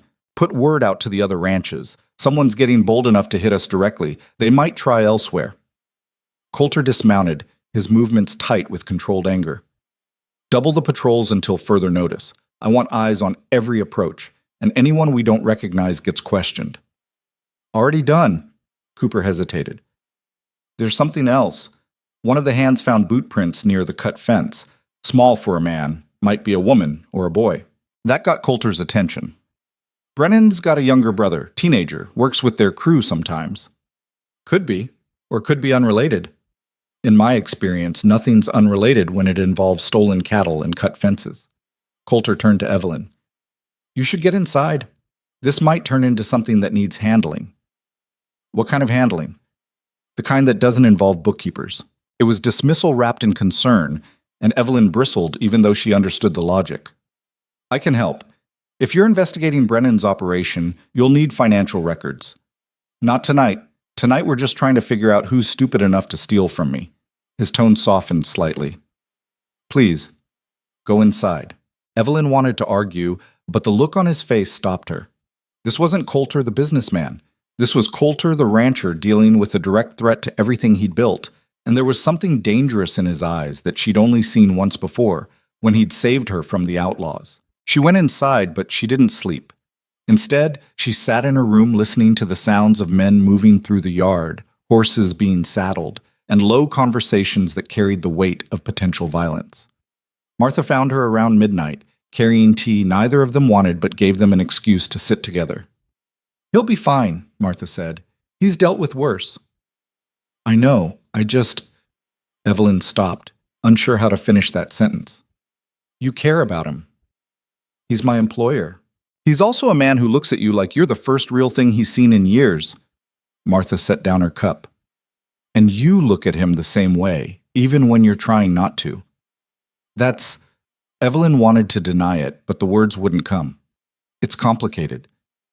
Everything worth having is complicated. Doesn't mean it's not worth pursuing. He hasn't pursued anything. He asked me one question, I couldn't answer it, and we've both been pretending nothing happened. Maybe he's waiting for you to decide what you want instead of assuming.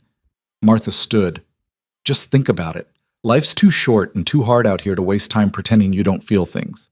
She left Evelyn with the tea and too many thoughts to organize into anything coherent. 3 days later, the rustlers made their second mistake. They hit another ranch, smaller than Black Hollow, owned by a family named Patterson, who'd been struggling since drought killed half their herd 2 years back. This time they took 30 head and left a man with a broken arm when he tried to stop them. The territorial ranchers called an emergency meeting, and Coulter attended with Cooper and Evelyn, who'd been included because everyone suddenly wanted accurate counts of their cattle inventories. The meeting took place in Sweetwater's largest building, the meeting hall above the general store, and was packed with angry men carrying weapons and opinions about what should be done. Evelyn was the only woman present, which earned her stares she ignored. This is the Brennan gang all over again, one rancher shouted. We cleaned them out 20 years ago, we can do it again. We don't know it's connected to Brennan, another argued. Could be drifters, opportunists. Could be organized, Coulter said, his voice cutting through the chaos with quiet authority. Everyone turned to look at him. Professional rustlers don't just steal cattle. They have buyers lined up, ways to move stock quickly. That takes planning and connections. You think it's organized? The first rancher asked. I think someone's testing us. Hit Black Hollow first. If we don't respond hard, hit Patterson next. See how much they can take before we push back. Coulter looked around the room. Question is, do we wait for them to hit again?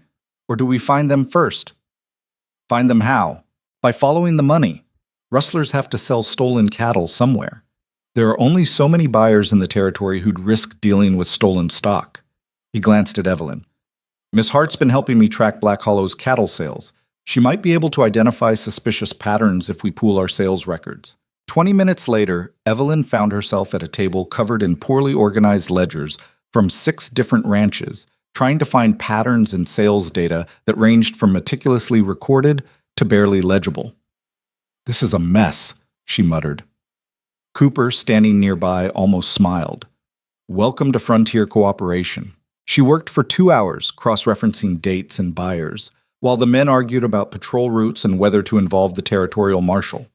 Eventually, she found something. Here, she pointed to a series of sales. Patterson sold 15 head to a buyer in Cheyenne 3 weeks ago. The buyer's name is listed as J. Morrison.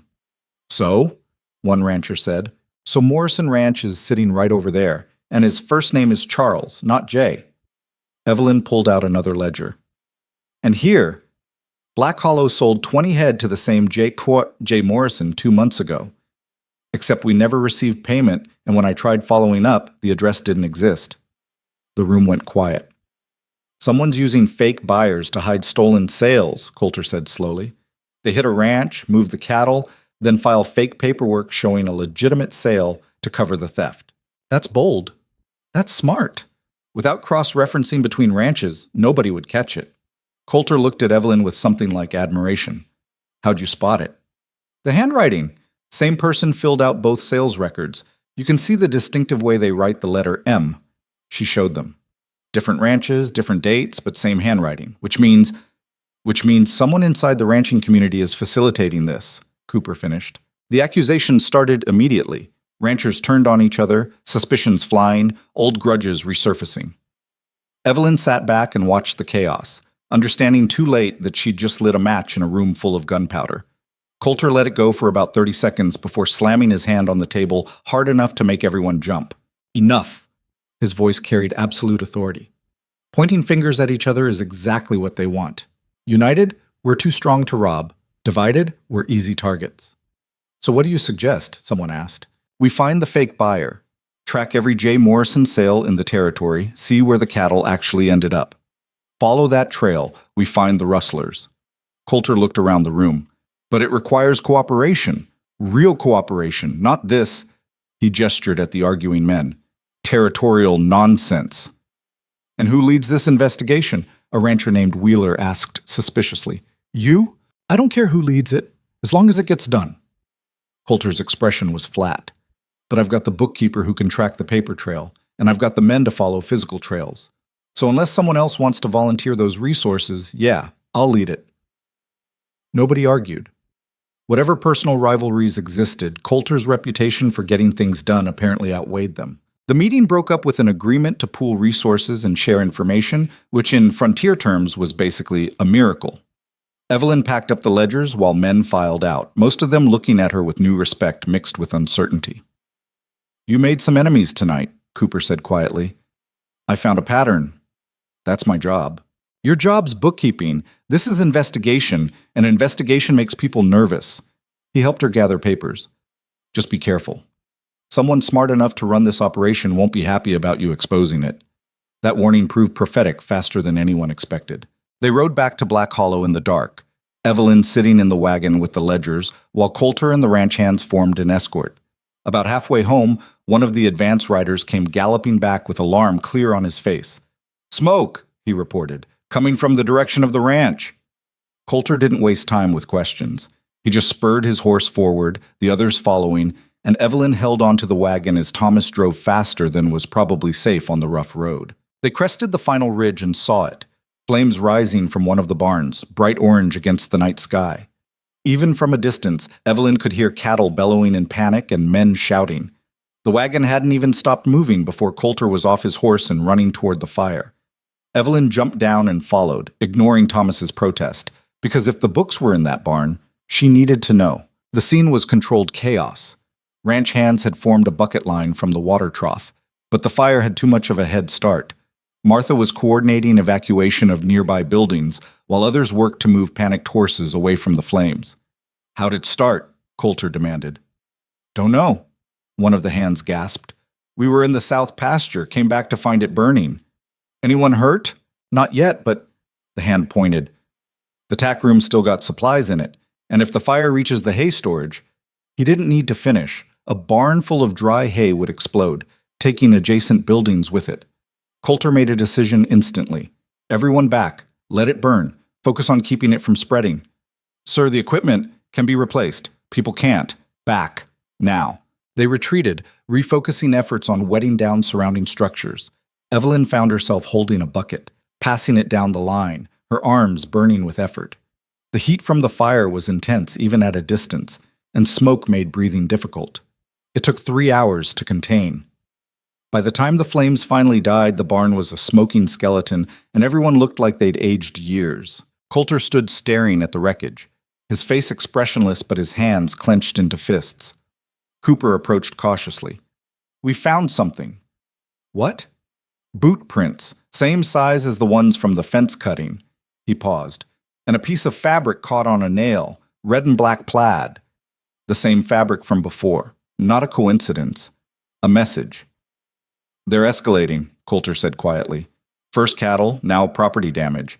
Testing to see how far they can push. What do? We push back harder. Coulter turned away from the ruins. I want every man armed and on rotating watch. Nobody goes anywhere alone, and he looked at Evelyn. I want you to stay inside the main house unless absolutely necessary. I'm not hiding. I'm not asking you to hide. I'm asking you to not make yourself an easy target. His expression was harder than she'd ever seen. Whoever did this knows you exposed their fake sales.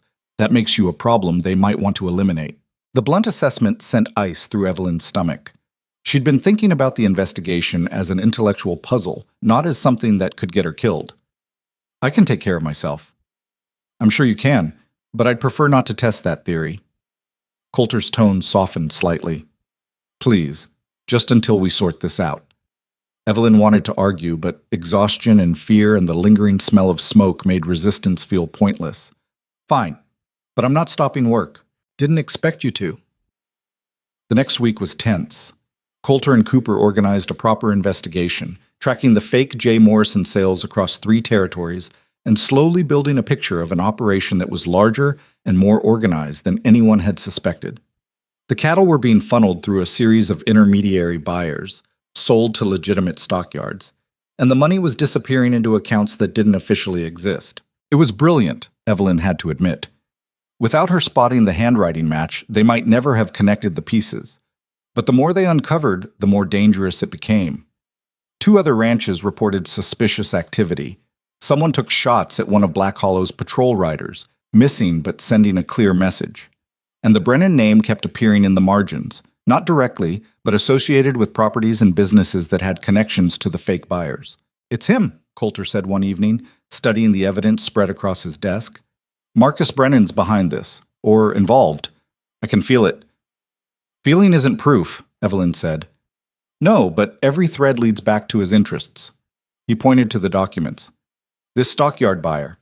Brennan's father-in-law owns it. This freight company moving cattle?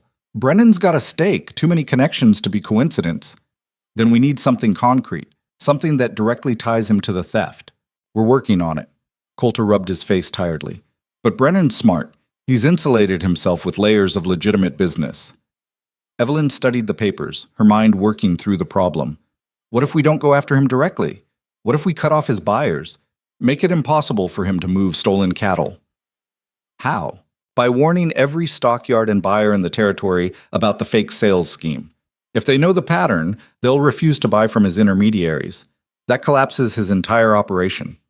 Coulter looked at her with growing respect. That's actually brilliant. It's just business disruption. It's warfare using economics instead of bullets. He stood suddenly. We'll need to move fast. If Brennan hears we're warning buyers, he'll try to stop us. Then don't give him time to hear about it. Evelyn pulled out a fresh sheet of paper. I'll draft a notice explaining the scheme. You have contacts at every major stockyard? Most of them. Then we send riders tomorrow. Hit every buyer within 200 miles before Brennan knows what happened. They worked through the night, drafting notices and preparing evidence. Somewhere around 3 in the morning, Martha brought coffee and looked at them both like they were insane. You're going to work yourselves to death. Better than the alternative, Coulter muttered. By dawn, they had packets ready for a dozen riders. Coulter sent them out with instructions to deliver the notices personally and wait for confirmation that buyers had received and understood the warning. If this works, Cooper said, Brennan's going to be furious. If this works, Coulter corrected, Brennan's going to be bankrupt. Fury I can handle. The response came faster than expected. 3 days later, a rider arrived at Black Hollow carrying a message sealed with red wax.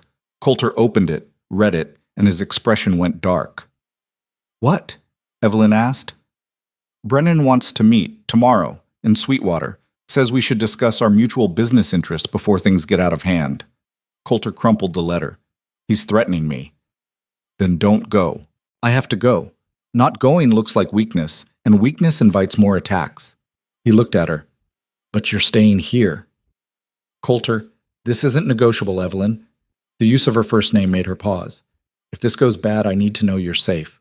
Please. The honest fear in his eyes decided her. Fine, but you're taking enough men that if he tries anything, you can handle it. Already planned on it. He left the next morning with 8 armed ranch hands, and Evelyn spent the day trying to work while actually just staring at ledgers and worrying. Martha found her around noon. He'll be fine. You don't know that. I know he's been dealing with men like Brennan for 20 years and he's still here. That counts for something. Martha sat down. Besides, he's got too much to come home to now. He won't take stupid risks. What's that supposed to mean? It means he's got someone waiting who matters. Changes a man's calculations. Evelyn wanted to deny that she was someone who mattered, someone who Coulter would factor into decisions about risk and safety, but the words wouldn't come because they'd both be lying. The afternoon dragged. Evening arrived. Sunset painted the valley gold and red and still no sign of returning riders. By full dark, Evelyn was standing on the porch, watching the road. Her stomach twisted with worry she couldn't quite justify. Then she saw them, horses moving fast through the darkness, too many to count immediately. Her relief lasted exactly as long as it took to realize some of those horses carried wounded men. Coulter was in the lead, and he was bleeding. Evelyn was down the porch steps before she'd consciously decided to move, her heart hammering as Coulter dismounted with a grimace that told her the wound was worse than he was letting on. Blood soaked through his shirt on the left side, dark in the lamplight. It's not as bad as it looks, he said, which was exactly what someone with a bad wound would say. You're bleeding through your clothes. That's the definition of bad. She reached for him, then hesitated, unsure if touching would help or hurt. Martha pushed past her with the efficiency of someone who'd handled frontier injuries before. Get him inside. Cooper, how many others? 3 wounded, none serious. Brennan's men got the worst of it. That explained the tension radiating from every man in the yard. This hadn't been a meeting, it had been a fight, and from the looks of it, barely controlled. They got Coulter into the study and onto the couch before he could protest that he was fine. Martha cut away his shirt with scissors that appeared from nowhere, revealing a gash along his ribs that made Evelyn's stomach turn. Knife? Martha asked. Bullet grazed me. Coulter's voice was tight with pain he was trying to hide. Could have been worse. Could have been smarter and not gotten shot at all. Martha was already cleaning the wound with whiskey that made Coulter hiss through his teeth. Evelyn, I need clean bandages from the linen closet upstairs. And bring the medical kit. Evelyn ran, grateful for something to do that wasn't watching Coulter bleed. When she returned, Cooper was in the study giving Martha the full story while he worked. Meeting was supposed to be neutral ground, just talk, but Brennan brought 15 men, all armed. Cooper's jaw was tight. He basically accused us of sabotaging his business with lies, demanded we retract the warnings we sent to the stockyards. And when we refused, Coulter asked, his men drew weapons. We drew ours. Standoff in the middle of Sweetwater's main street for about 2 minutes before someone, don't know who, fired the first shot. Cooper shook his head. After that, it was chaos. We got out, but 3 of Brennan's men didn't. Dead? Evelyn's voice came out smaller than she'd intended. 2 wounded, 1 dead. Shot by Thomas in self-defense. Half the town saw it happen. Cooper looked at Coulter. This is war now. No pretending otherwise. Coulter was quiet while Martha stitched the wound with steady hands. When she finished and stepped back, he finally spoke. Get word to every ranch that cooperated with us. Tell them what happened and that Brennan's escalating. They need to be ready. He looked at Cooper. "And double our defenses. If he's willing to start a gunfight in town, he'll definitely hit us here. Already planned on it." Cooper hesitated. "There's something else. Before the shooting started, Brennan said something. Said he knew we had a bookkeeper who was causing problems, and problems have a way of disappearing in the territory." The threat hung in the air. Evelyn felt cold despite the fire burning in the hearth. "He threatened her directly?" Coulter's voice had gone dangerously quiet. "Not directly, but the meaning was clear." Cooper looked at Evelyn. "You should consider leaving, just until this settles." "No." The word came out before Evelyn had fully processed it. "I'm not running because some criminal doesn't like being exposed." "Evelyn," Coulter started, "don't. You hired me to fix your books, and I did. Now I'm helping stop people from stealing from you and every other rancher in the territory. I'm not abandoning that because it got dangerous." She met his eyes. "Unless you're firing me." "I'm not firing you." "Then I'm staying." Martha made a sound that might have been approval or exasperation. Cooper just shook his head and left to organize the defenses, muttering something about stubborn people deserving each other. When they were alone, Martha having gone to tend the other wounded men, Coulter looked at Evelyn with an expression that was equal parts frustration and something else she couldn't quite name. "You're going to get yourself killed." "Probably, but I'd rather die doing something that matters than live hiding from consequences." She sat in the chair across from him. "Besides, you got shot today, and you're planning to keep fighting. Why should I do any different? Because I've been doing this for 20 years and I'm—" He stopped himself. "You're what? Expendable? Worth less?" Evelyn leaned forward. "Here's what I learned in Chicago watching my father destroy himself. The worst thing you can do is convince yourself you don't matter, that your life is less valuable than someone else's." He thought he was worthless after the business failed, so he just gave up. Stopped fighting, and it killed him. The raw honesty surprised them both. Evelyn hadn't talked about her father like that to anyone, including herself. Coulter was quiet for a long moment. "I'm sorry you went through that." "I'm not asking for sympathy. I'm explaining why I'm staying. Because out here, I matter. The work I do matters. And I'm not giving that up because someone threatened me." "Even if staying gets you hurt?" "Even then." Something shifted in Coulter's expression, resignation mixing with respect and that undefined emotion that had been building between them for weeks. "You're impossible." "I've been called worse." "I don't doubt it." He tried to sit up and immediately regretted it, pain flashing across his face. "Stop moving. Martha said you need rest." "I need to organize us. Cooper's organizing. You need to heal." Evelyn stood and grabbed a blanket from the back of the couch.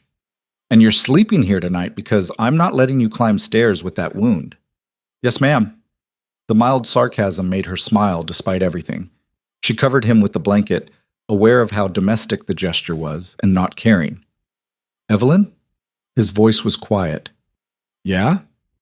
"Thank you for staying, for—" He seemed to struggle with the words. "For everything. You're welcome.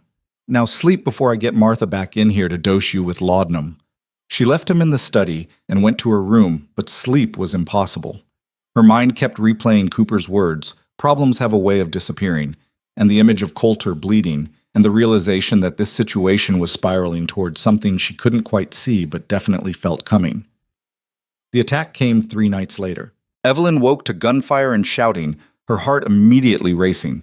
She grabbed her father's revolver from the nightstand and ran to the window. In the yard below, chaos. Men on horseback firing at the house. Ranch hands returning fire from defensive positions. And everywhere the orange flicker of torches that someone was throwing at buildings. They were trying to burn Black Hollow to the ground. She dressed quickly, her hands shaking but functional, and made it downstairs to find Coulter already coordinating the defense, despite Martha's protests about his stitches. He saw Evelyn and his jaw tightened. "I told you to stay upstairs. And I don't take orders well. Where do you need me?" "Away from windows." "Coulter, please." The word cut through her brewing argument. "I can't focus if I'm worried about you getting shot." It was the most honest thing he'd said about his feelings, even wrapped in practical concern. Evelyn nodded and moved to the interior hallway, staying out of the direct line of fire, but close enough to see what was happening. The fight was brutal, but short. Black Hollow's defenders outnumbered the attackers and had better positions. Within 20 minutes, the raiders were retreating, leaving 2 dead and several wounded behind. One of the barns was burning, again, but the hands had it under control quickly. When the gunfire finally stopped, Coulter went outside to survey the damage. Evelyn followed despite his earlier request, because she needed to see for herself. The bodies in the yard were young, too young, barely out of their teens. Ranch hands were already checking them for identification, pulling letters and personal effects from pockets. One of them found something that made his expression go dark. "Boss, you need to see this." Coulter took the paper and read it, his face becoming a mask of controlled fury. He handed it to Evelyn without a word. It was a contract, signed by Marcus Brennan, promising $500 to anyone who successfully destroyed Black Hollow's main house or killed its owner.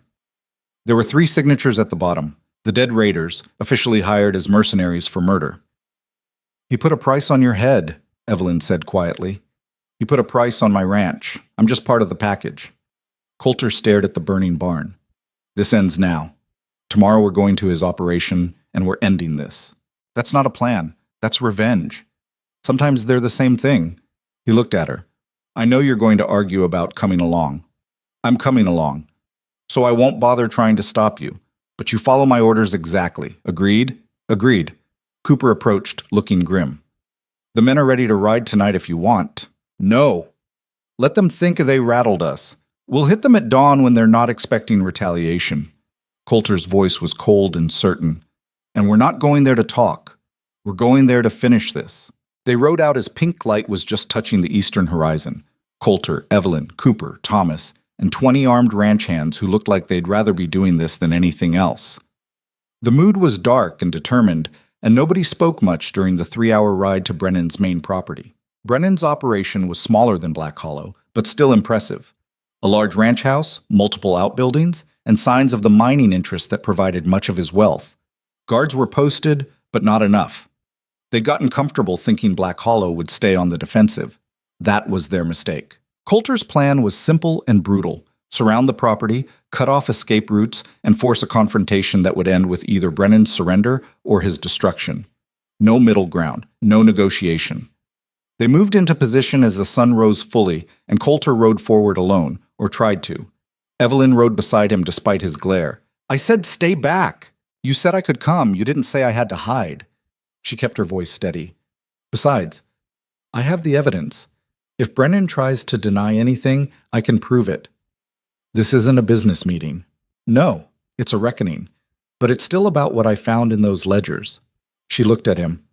"Let me finish what I started." Coulter studied her, then nodded once. They rode together toward the main house, stopping in the yard where several of Brennan's men were emerging with weapons ready. Marcus Brennan himself appeared on the porch, looking surprised, but recovering quickly into a smile that didn't reach his eyes. "Hayes, didn't expect a visit so early." His gaze moved to Evelyn. "And you brought your bookkeeper. How domestic." "I brought proof that you've been running a rustling operation that's stolen from every major ranch in the territory." Coulter's voice carried across the yard. "I brought documentation of your fake buyers, your intermediaries, and your involvement in last night's attack on my property." "That's a serious accusation." "It's a fact." Evelyn held up the papers. "I have the sales records, the handwriting analysis, and a contract you signed hiring men to destroy Black Hollow. Want to deny any of it?" Brennan's smile finally faded. "You can't prove—" "I can prove all of it, and I already sent copies to the territorial marshal, the governor's office, and every stockyard that was receiving your stolen cattle." She felt strangely calm despite the guns aimed in her direction. "Your operation's finished. The only question is whether you surrender peacefully or make this worse." The silence stretched. Brennan looked at the armed men surrounding his property, then at Coulter, then back at Evelyn. His expression shifted through calculation, anger, and finally resignation. "You know what the frontier teaches?" Brennan said quietly. "That everyone's got a price. I thought yours was money. Turns out it's something else." "Turns out some people can't be bought," Evelyn replied. "That's what makes you dangerous." Brennan descended the porch steps slowly, hands visible. "Fine. You win. I surrender. But this isn't over, Hayes. There's always another play." "Not for you." Coulter dismounted. "Cooper, secure the property. Thomas, take Brennan into custody, and everything happened too fast to process sequentially." Brennan's hand went to a concealed weapon. Cooper shouted a warning. Evelyn's horse spooked sideways. And Coulter was suddenly between her and Brennan, his own gun coming up. The shots were nearly simultaneous. Brennan went down, blood spreading from his chest. Coulter stayed standing, but his left side, the same side with the barely healed bullet graze, was bleeding again, and his expression showed pain he couldn't hide. Coulter! Evelyn was off her horse and at his side before conscious thought caught up. I'm fine. He wasn't fine. He was swaying slightly, and his voice had gone tight in that way that meant he was hurting worse than he'd admit. Martha was going to kill him, if he survived long enough for Martha to get the chance. Cooper and the ranch hands secured Brennan's men, who'd apparently decided surrender was preferable to dying for a boss who'd just gotten himself killed.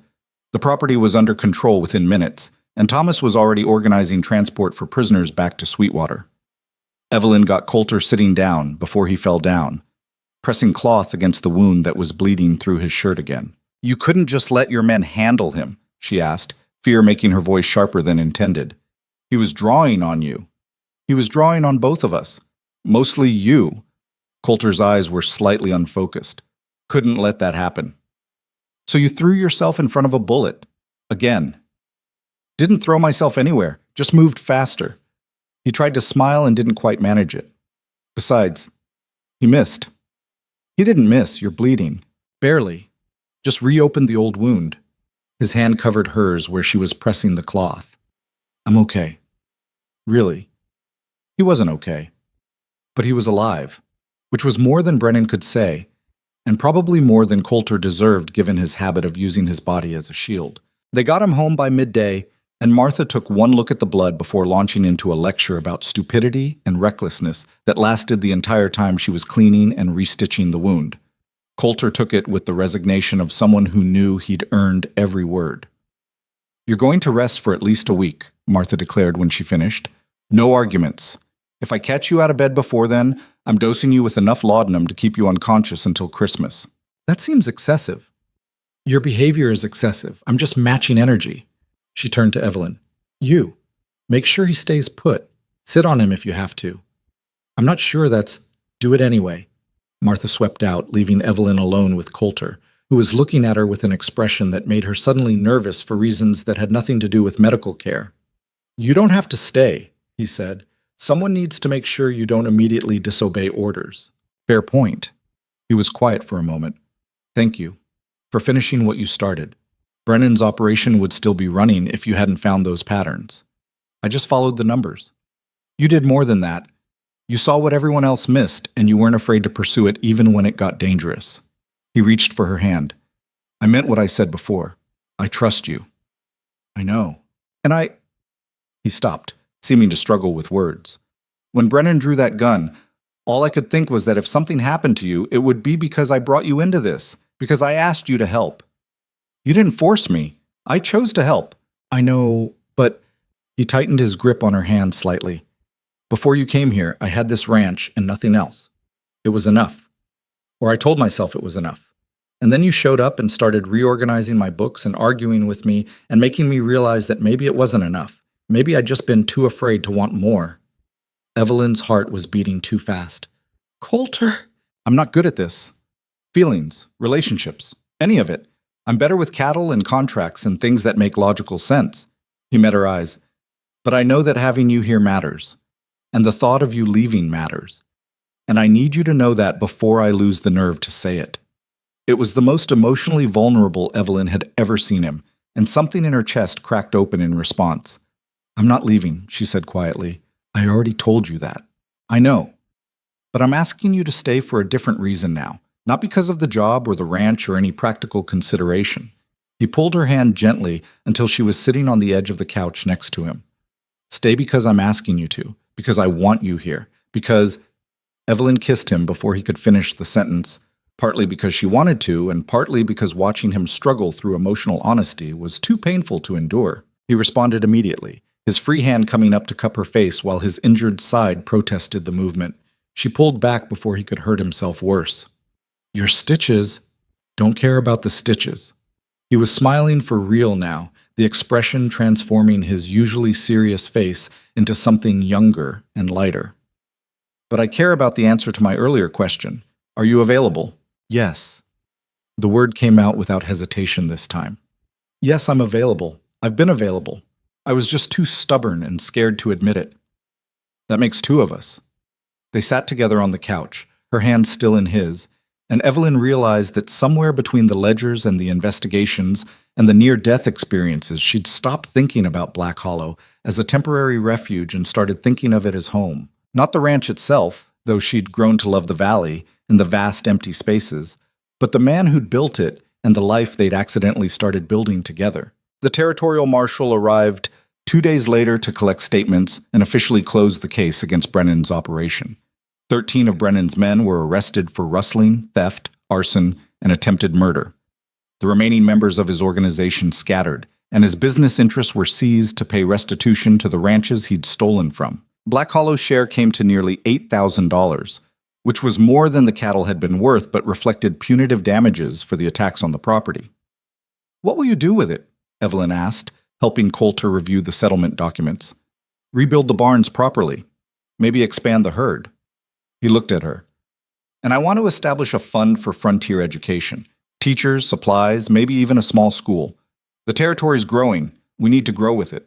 It was the kind of forward thinking that Evelyn had learned was characteristic of Coulter when he wasn't being stubborn or overprotective. He saw beyond immediate needs to what the community would require in 5 or 10 years. "That's a good use of the money. You could help administrate it, if you're interested." "I'm a bookkeeper, not an educator." "You're whatever you decide to be. That's how the frontier works." He smiled. "Besides, you're good at organization and planning, and you care about making things better. That's most of what running a fund requires." Evelyn considered it. The idea of building something that would outlast her, that would help families and children in the territory, appealed in ways her work with ledgers never quite had. "I'd need to learn about educational administration." "So learn. We'll figure it out together." Together. The word carried weight beyond its simple meaning, suggesting a future that Evelyn had stopped letting herself imagine back in Chicago. The winter came early that year, snow falling in October, and transforming the valley into something stark and beautiful. The ranch hands prepared for the hard months ahead, moving cattle to lower pastures and stockpiling supplies. Evelyn spent the time training Ben to take over more of the day-to-day bookkeeping while she focused on the education fund project. It turned out she enjoyed the work more than she'd expected: research, planning, writing proposals to territorial administrators. It felt like building something rather than just maintaining it. Coulter healed slowly, his stubborn refusal to rest properly earning him continued lectures from Martha. But eventually the wound closed properly, and he returned to running the ranch with the intensity Evelyn had come to expect. Their relationship settled into something that felt natural, working together during the day, eating dinner with the household, spending evenings in the study reviewing plans and occasionally just talking. They were careful about public displays, aware that the territory was still gossiping about them, but in private they'd stopped pretending there wasn't something real developing between them. On a clear evening in November, Coulter took Evelyn riding up to the ridge overlooking the valley. The sun was setting, painting everything gold and orange, and the temperature was dropping fast enough that their breath showed in the air. "This is where I stood when I first bought the land," Coulter said, looking out at the vista. 12 years ago. It was nothing, just empty grassland and potential. I thought if I could build something here, make it profitable and secure, that would be enough." "And is it?" "It was. Until I realized I'd built an empire and had nobody to share it with." He turned to face her. "I've been thinking about that. About what comes next." "Next?" "After the ranch is established, after the territory settles, after all the practical work is done." He took her hand. "I want to build something that lasts beyond business. Something personal." Evelyn's heart was beating too fast. "What are you saying?" "I'm saying that I've spent 12 years building a ranch, and I'd like to spend the next however many years building a family. With you. If you want that." It wasn't a proposal exactly, or if it was the most pragmatic proposal in history, but it was honest and clear and entirely Coulter, which made it perfect. "I want that," Evelyn said. "I want all of it. The ranch, the valley, the completely impractical plan to build schools and raise children in the middle of Wyoming territory. All of it. Even though it's dangerous and hard and nothing like what you had in Chicago, especially because it's nothing like Chicago." She smiled. "Chicago was about pretending to be someone I wasn't. Here, I get to figure out who I actually am. And apparently, who I am is someone who falls in love with stubborn ranchers who think getting shot is a reasonable business strategy. I only got shot twice. That's statistically not that bad. Twice is twice too many. Fair point. He pulled her closer. So is that a yes? That's a yes. They stood together on the ridge as the sun set completely, the valley darkening below and stars beginning to appear in the endless sky. Somewhere in the distance, cattle load and ranch hands called to each other, the sounds of a life that had become Evelyn's without her quite noticing. The wedding happened in December, a simple ceremony in Sweetwater with the territorial judge officiating and what felt like the entire valley in attendance. Ranchers who'd once whispered about the scandalous bookkeeper now brought gifts and well wishes. Martha cried. Cooper actually smiled. And Coulter looked at Evelyn like she was the only thing in the room that mattered. They returned to Black Hollow as husband and wife, and the ranch hands had decorated the main house with pine boughs and lanterns that made everything look almost magical. They went to a lot of trouble, Evelyn said, looking around at the decorations. They like you. Took them a while, but they like you. Coulter helped her down from the carriage. You earned their respect, which out here is worth more than affection. I'll take both if they're offering. Greedy. Practical. There's a difference. They fell into married life with the same pragmatic partnership that had defined their working relationship. Evelyn continued managing the books and developing the education fund. Coulter ran the ranch and started expanding into new ventures. A freight company, a partnership with the railroad, investments in the territory's future that would pay off in years rather than months. Together, they made Black Hollow into something more than just a successful business. It became a model for how frontier communities could work: fair wages, decent conditions, investment in shared infrastructure like schools and roads. Other ranchers started copying their approach, and the territory began to shift from Wild West chaos toward something resembling sustainable civilization. In March, Evelyn discovered she was pregnant. The news terrified and thrilled her in equal measure. She'd never thought much about children back in Chicago, where motherhood was something that happened to other women, women with stable lives and secure futures. But here, carrying Coulter's child felt like the natural next step in a life that had stopped following any script she'd been given and started writing its own story. Are you happy? She asked Coulter that evening, sitting together in the study with her hand on her still flat stomach. Happy doesn't quite cover it. He looked at her with an expression that was raw and open. Terrified, overwhelmed, grateful. All of it at once. That's how I feel too. Good. Means we're doing this right. He pulled her closer. We'll figure it out, same as we figured out everything else. The baby came in October, a daughter they named Sarah after Coulter's mother. She was born during the first snowfall of the season, arriving with a fury that suggested she'd inherited her parents' stubbornness. Holding her for the first time, Evelyn felt something slot into place that she hadn't known was misaligned. This was what she'd been searching for when she left Chicago, not just work or safety or a fresh start, but a reason to build something that would outlast her own survival. Sarah wouldn't grow up pretending to be more important than she was, like Evelyn had. She wouldn't learn that her worth was tied to social position or family reputation. She'd grow up knowing that value came from work and honesty, and the choice to build rather than just inherit. That was the frontier's real gift, Evelyn realized. Not the empty land or the opportunity for wealth, but the freedom to decide who you wanted to be without the weight of who you were supposed to be. On Sarah's first birthday, they held a celebration that brought together ranchers, merchants, families, and workers from across the valley. The Education Fund had opened its first school by then, a small building in Sweetwater with 1 teacher and 20 students.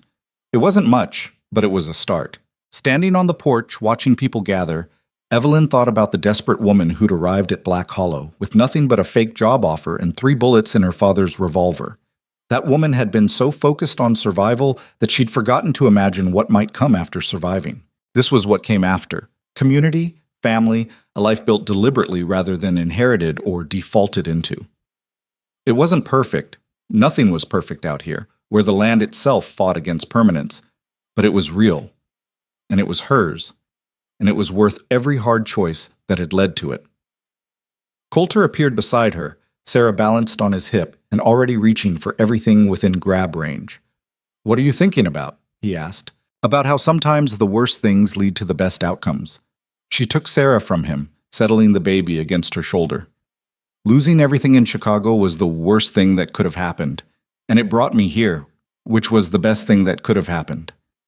That's very philosophical. I'm allowed to be philosophical. I helped build a school. Fair point. He wrapped an arm around her waist. Though technically I helped build the school. You just organized the finances. Same thing. Not really. They stood together watching the celebration, their daughter between them, and Evelyn understood something fundamental about happiness that her father had never figured out. It wasn't about pretending to be important or maintaining appearances or convincing yourself that you mattered.